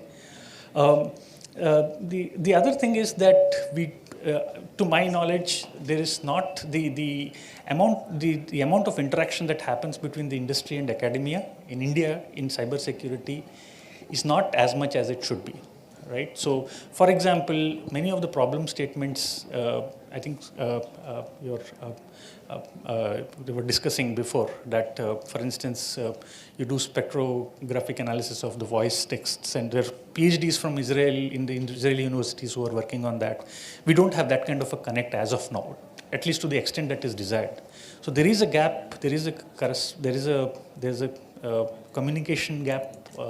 There are no problem statements. Data sets, as somebody mentioned, data sets are not shared because of privacy concerns and various regulations and so on. So that actually adds to the lack of training this thing. What we are good at is basically solving blue sky problems, so to speak, right? So you would look at things like problems in cryptology, lightweight cryptography. There are so many problems that are in the academic realm. Quantum cryptography, quantum key distribution systems, analysis of their safety, etc. We are good, but when it comes to practical aspects, I think there's a lot to be desired. So that's where I just presented the challenges out here that ails the cybersecurity scenario in the academia. Opportunities are also there. There are so many skilling that, as people have said, that a lot of skilling needs and we can do and so on. I'll stop here. I've taken too much time, I think. Thanks. Thank you very much, Professor Rao. Now, from the academy and what the IIT is doing and has to offer in the field of cybersecurity, I would like you, Dr. Anil, to share with us your insights on digital well-being.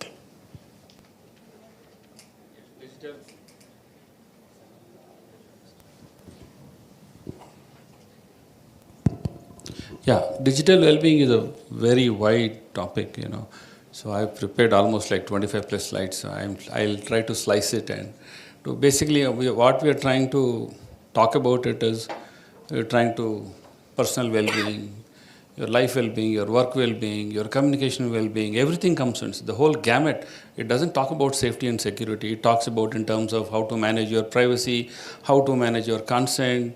People are very, very funny right now. So if you look at the age that I've come from, I have waited for almost 7 hours to make a telephone call to my mom. It's called trunk call. We never had a dial pad.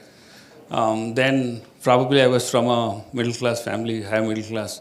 So I had the opportunity to dial something called a lightning call, which is 6 times the cost of it. And I had to wait for 2 hours. So vis-a-vis now technology is completely very different. 7 microseconds, you can call. I have a girlfriend called Siri on my phone. I have another girlfriend called Alexa at my home who just dials in 7 microseconds. So the world is completely gone. I still remember going to the bank, asking my dad to do a money order.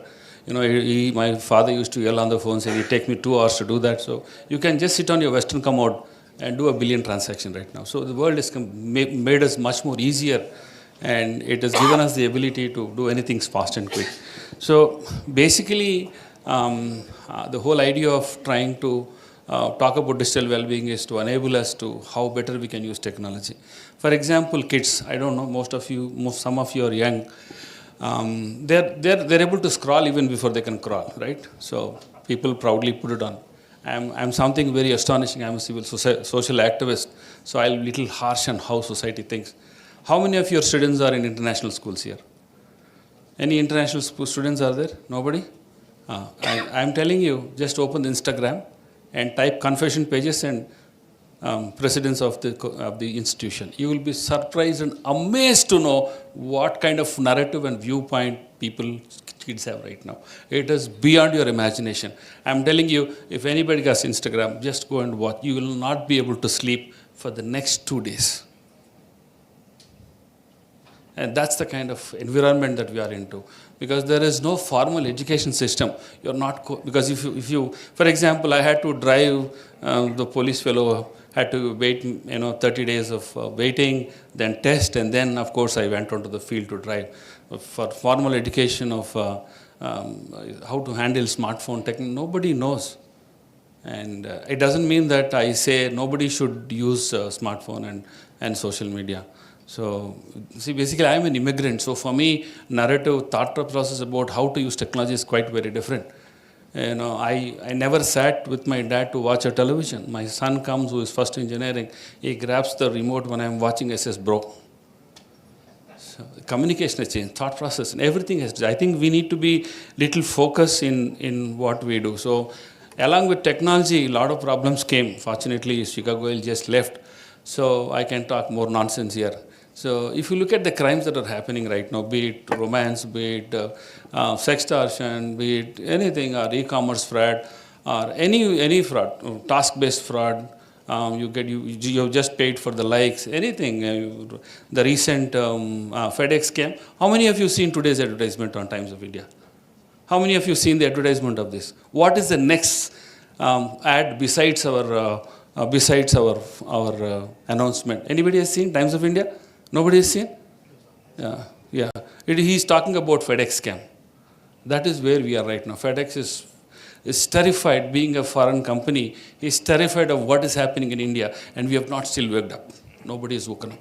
I have written probably thousands of emails and letters, met every person almost in 7 states, asking them to create a council and a portal, digital well. We have that content, which we wanted to do. We wanted to institutionalize that because we are a completely non-funded and a non-for-profit organization. We wanted to do that.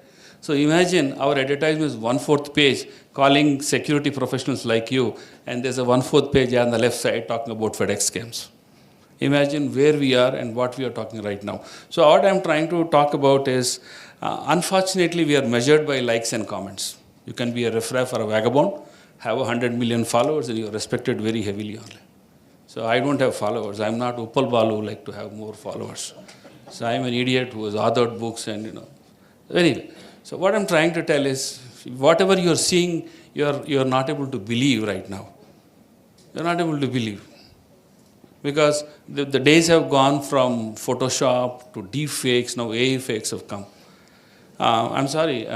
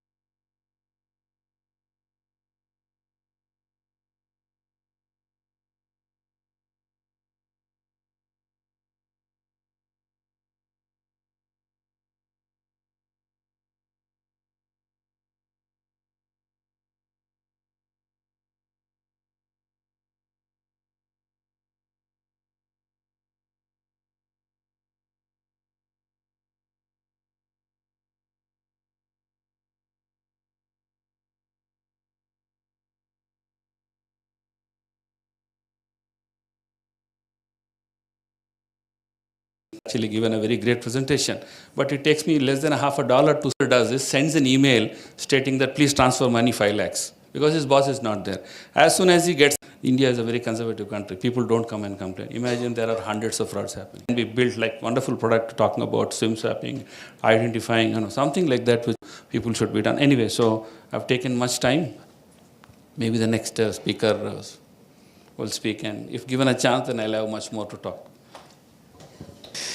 Thank you very much, Dr. Anil. So what I'm taking from what you said is basically the decentralization of everything.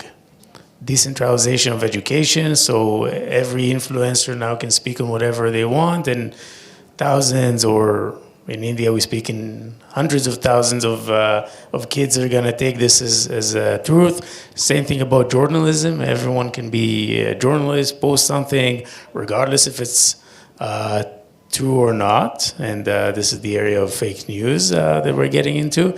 And of course, the decentralization of crime. I mean, organized crime today is probably accounting for a minimal number of the entire crime.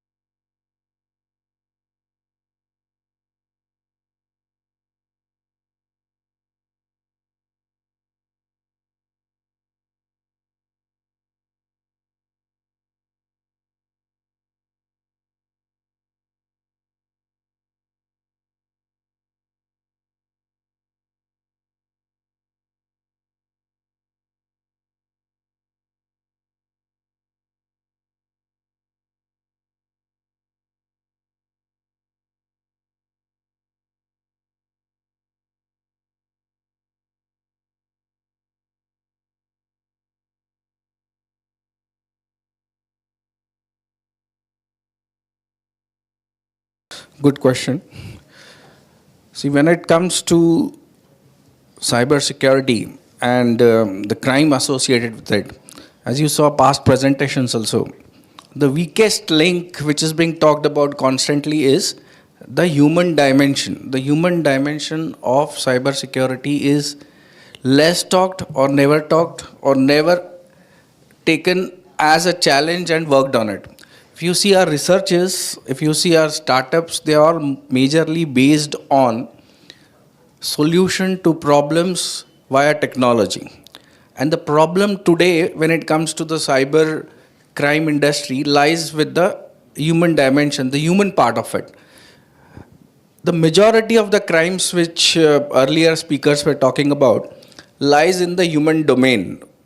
It is because of social engineering. Cyber is used as aid to commit such kind of crimes. But why is it happening? It's happening because of greed of the person who is the victim. Second is better social engineering of the person who is being trained to do. Working in so many cases, I have found out when we raided a call center, on one floor there was a trainer training how to defraud victims. What should they say? What shouldn't they say? How should they work on their minds? How should they exploit the culture to which they belong to? So, issue is with social engineering. People need to be trained. Awareness is the key. Awareness in vernacular languages is the key. Awareness in rural areas is the key. Now the major frauds are happening in rural areas. Major frauds are happening with educated people. Also, like all the stock market scams are happening with educated people. I have a case where person has lost 4.5 CR. 4.5 CR, knowledgeable person. I have a case that day of 7.8 CR. He was ex-stockbroker. Just imagine, he was ex-stockbroker. He used to work for stock market and he gets conned on this, with an app. And so this too much trusting on technology, which we have all started, has also to be reduced. Too much trusting technology is also leading to too much amount of cyber crimes. See, if you go to mobile phone for every solution, like every solution you try to find one app. So if you try to find one app for everything, or you try to find every answer from Google, then definitely you will get conned by constars, because if you're trying to look for a positive answer from a Google, there are negative people sitting there to exploit your positive search. So this is the simple mentality. So you want to search something, you want to go in, for a hotel, and you search about a hotel and what is the price. Somebody else is there who is conning you by a fake phone number. So everything is mapped. Human beings, and now AI is enabling all this to commit frauds. So AI-based cybercrime. AI-based cybercrime, where AI bots are being used. Now instead of having this Jamtara-based people, you will have AI-based bots who will actually defraud you, and things have started. AI-based gambling is started. AI-based, betting has started. These are next generation of frauds. Generative AI. Gen AI is the biggest threat right now we are facing in the cyber world. China embezzling your elections is the next frontiers we will all, everywhere we will see. How to fight with it is a different challenge altogether. When it comes to law, there are issues. Now, what are law-based issues? First of all, in India, when you try to register an FIR, issue starts with there. Police don't want to register FIR. See, there could be many portals you will have. You have cybercrime.gov.in is the portal, but what is it for? It is a complaint portal. You put in your complaint, FIR doesn't get registered. People are very much happy that I have registered a complaint. But where is the FIR? Because the justice starts post FIR. So one is this issue. Second is 1930 is another number which you have. That is one challenge. 1930 you call, sometimes you don't hear people talking your language. And 1930 is not working after, it works only for 8 to 12 hours. It doesn't work 24 hours. That's a problem. Getting solutions from government machinery, getting justice is the biggest problem which cybercrime victims face. First problem is they don't understand whether they are victim. Second is whether they don't understand whether it was a cybercrime. Third is when they go to police, police will try to shoo away that this is not their jurisdiction. The crime has happened in Japan, so go in Japan and complain, or go in Mumbai and complain. So they will try to shoo away with 101 different excuses. So these are all challenges what a common man faces. So we need to work weird of this. Next comes law. Law in its own sections is enough. Problem is about implementation. The implementation of law and convictions is a problem because enough people are not punished. Therefore, there is no deterrence of law right now when it comes to cybercrime. Cyber criminals commit cybercrimes in one state, and when they get bail, they go to another state and they are scot-free to commit different other cybercrimes. So it is the whole big gang of cyber criminals operating in whole region. There is a region now established. I have put it on my detail post on my LinkedIn. If you can refer to my LinkedIn post, I have given different states in different places in different states where cyber criminals have established their proper dens. And from, even truck drivers have become cyber criminals. It's very easy, do cyber crime. And when police comes to you, take the truck and go for 2-3 months of drive. So you lose on the people. Police keeps chasing you. So now this is proper MO has been devised to loot people in India and abroad. So, and I can keep talking because my topic is cybercrime. So if you want to be aware about law, what has been presiding, always read what lawyers write on internet and don't keep reading whatever you get. So reading what lawyers write about cybersecurity is very important when you start writing. Thank you very much. Yeah. I'll add to what you said. So India has become an industry right now. So you go to Google, YouTube and type scammer, India comes. It's not the Nigerians. So Telugu, I'll tell it in Telugu. This area, the fruits are better. This area, banana is better. So if you get a sextortion crime, you know from which place it has come from. It is an American crime which talks about Microsoft support or let's say IRS, then you know which place it is, Pune or it is Gurgaon. So I can tell which fraud which is. So it's an industry. It was only basically, what is that serial which is there in Jamtara in, you should know, if you watch that movie, serial, you will know how to do crime. I think that's better than doing all these jobs. Anyway, so average person earns per day is 32 lakhs as the target given to each person. Anyway, so there was a formal training happened across all the cities, which is 60,000 rupees. But if you go to, for how to do frauds, if you do it, if you pay 15,000 in Rajasthan, it is less. If you go there to and take a hotel, it's 15,000. So with returns. So a lot of the crime has evolved. So India is no more tech guys. I believe first time I went to US is in 94. So I still remember now it's not the same respect that we get from, especially when you tell that you are a tech guy. So very, very ugly kind of situations right now.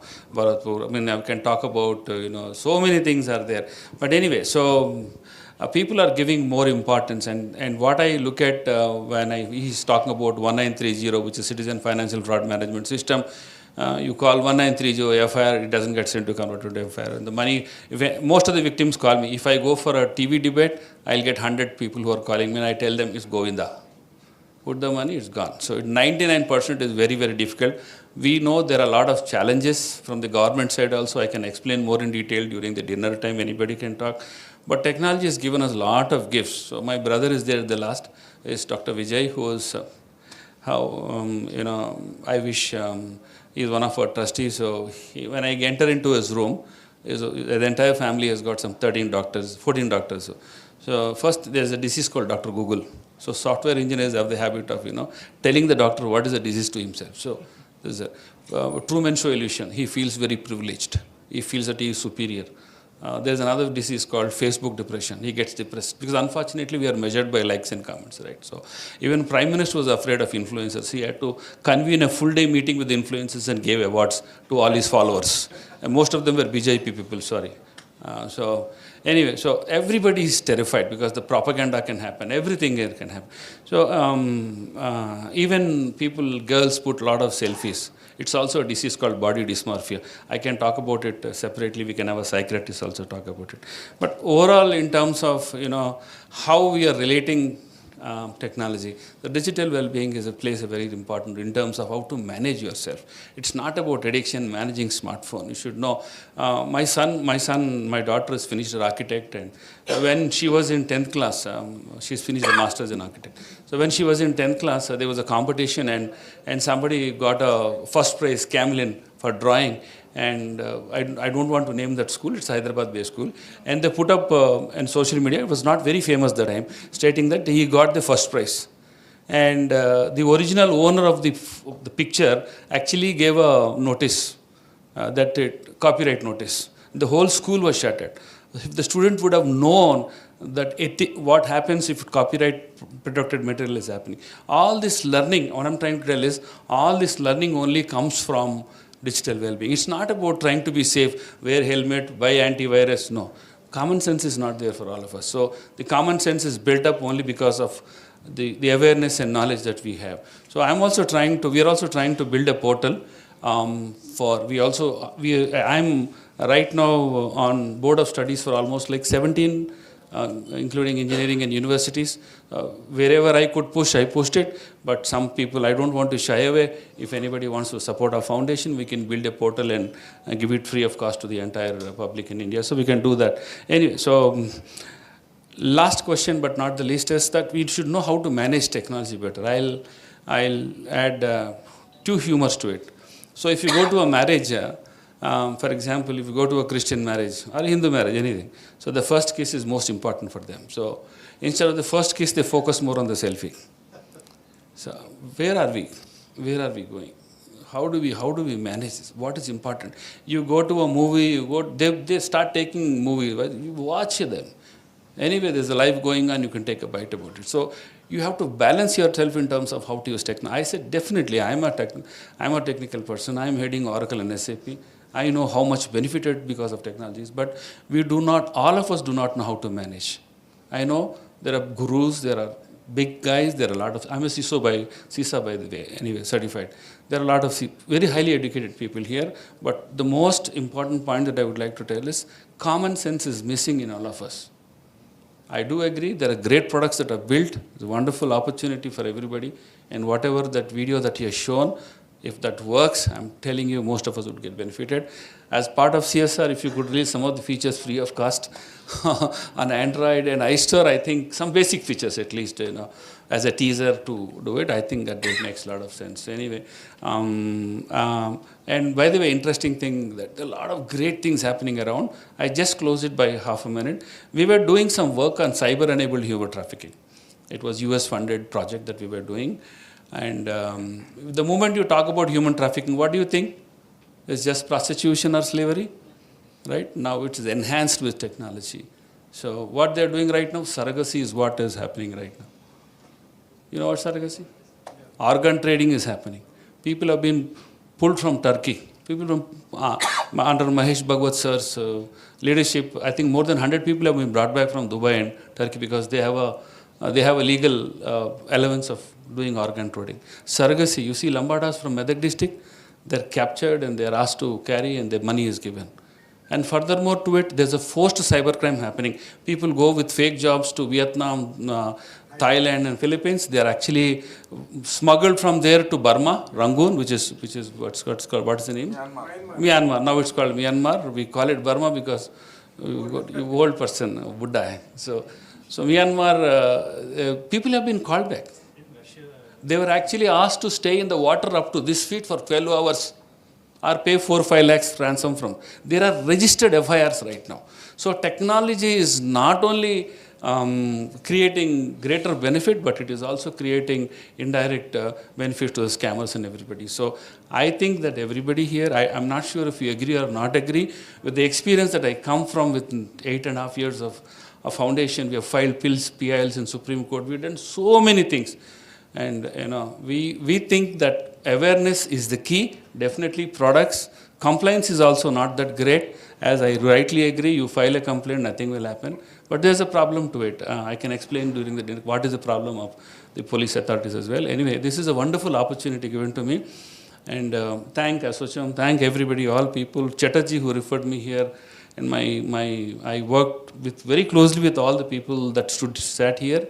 And I'm sure, going forward, if Assocham does anything, I would like to join with them. Thank you. Namaskar. Closing statement. I thought we'll benefit from you speaking about the Israeli cyber systems, cybersecurity ecosystem. All right. I'll try to keep it very brief because, as I said, you're my heroes. 1 hour late, 9 p.m., food is getting cold outside, but the room is full, and I think this is the success of this panel.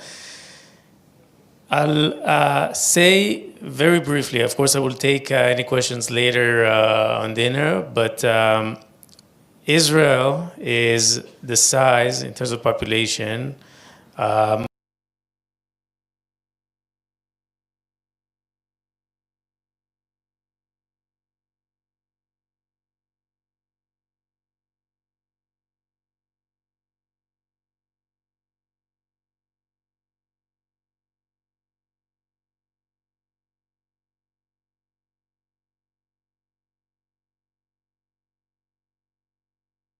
directorate.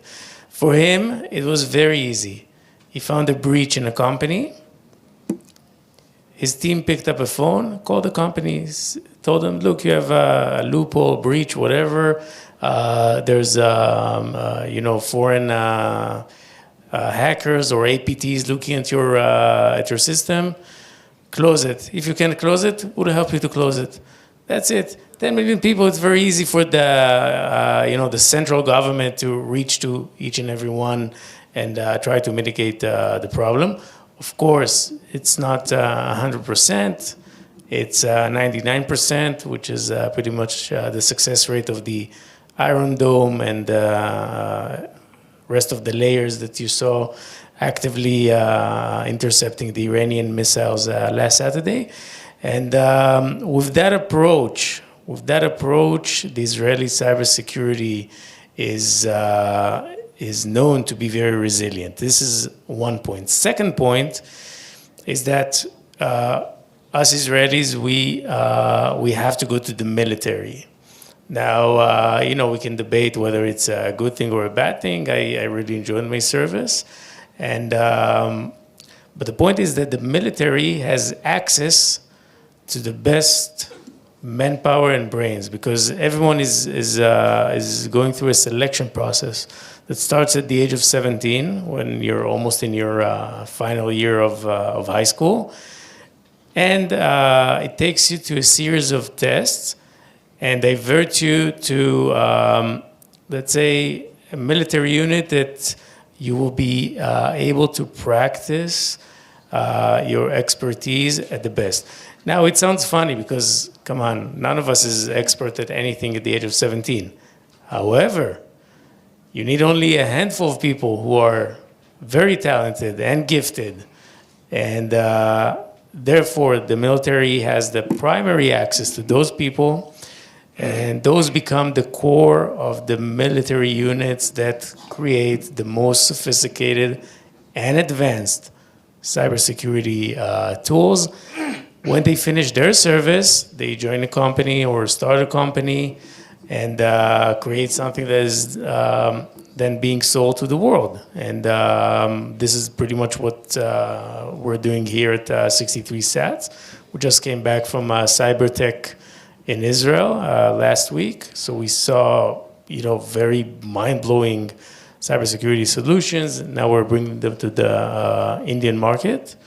So I'll just summarize with these 2 points. This is just tip of the iceberg about the Israeli cybersecurity and innovation. Lots of very interesting topics we discussed here. And the fact that there's no one vacant seat here is the proof of this, of the high interest that you as an audience shown in us. So thank you very much for that. I want to thank you, all of you, for the very wise words and lessons that you gave us. Not fake news, so you can really trust on what those people say. Take with a pinch of salt whatever I'm saying, but anyways, we can discuss further later over dinner. Thank you very much. Thank you. Thank you all. Manoj sir is here. He has a lot of interesting case studies. Probably who are head of security can also spend some time with him during dinner. We were very impressed with the kind of exposure that he has got. I think it will open a lot of insights for all of you. Sir, please spare some time with all of us. Thank you, Mr. Daniel, and thank you, Dr. Anil Garu, Dr. Mali, and Professor M.B. Pandurangara Garu for the interesting session. The session seems to be more interesting, like a crime thriller story. So really, the cybersecurity session seems to be more interesting, because I never heard about a cybersecurity session like this. But it was more interesting and seems to be further go ahead with the people not going away for anything and more interested in listening to the same. Thanks a lot. I request Mr. Rambabu Garu to please have a moment or two, Mr. Daniel Garu.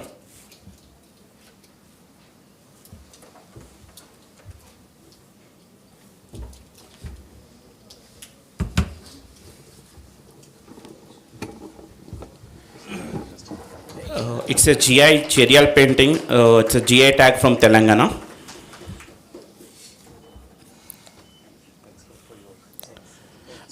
May I request Rambabu Garu to give a memento to Dr. Mali?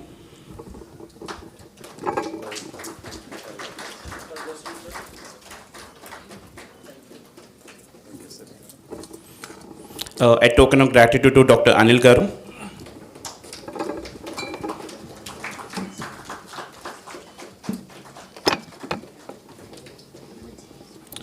And to Mr. Professor Pandurangara Garu.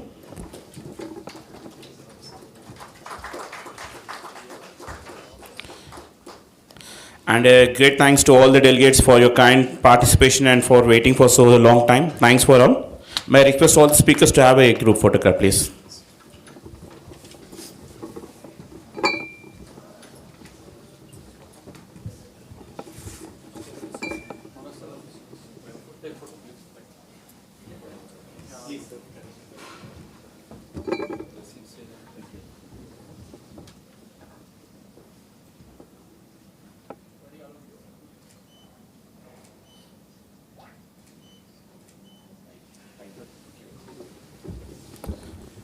Sir, also sincere thanks to Manoj sir for coming so far from Vizag and attending this session. Sir, we are grateful to you, sir.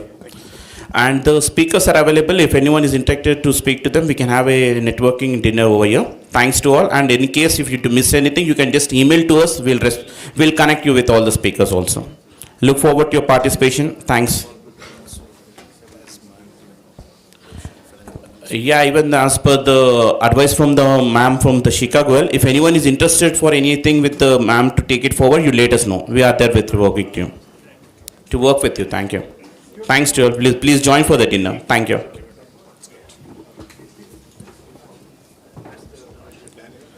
And also maybe just I would like to say to organize this event by taking this initiative. Thanks Dinesh, and keep looking forward for more such events. Thank you.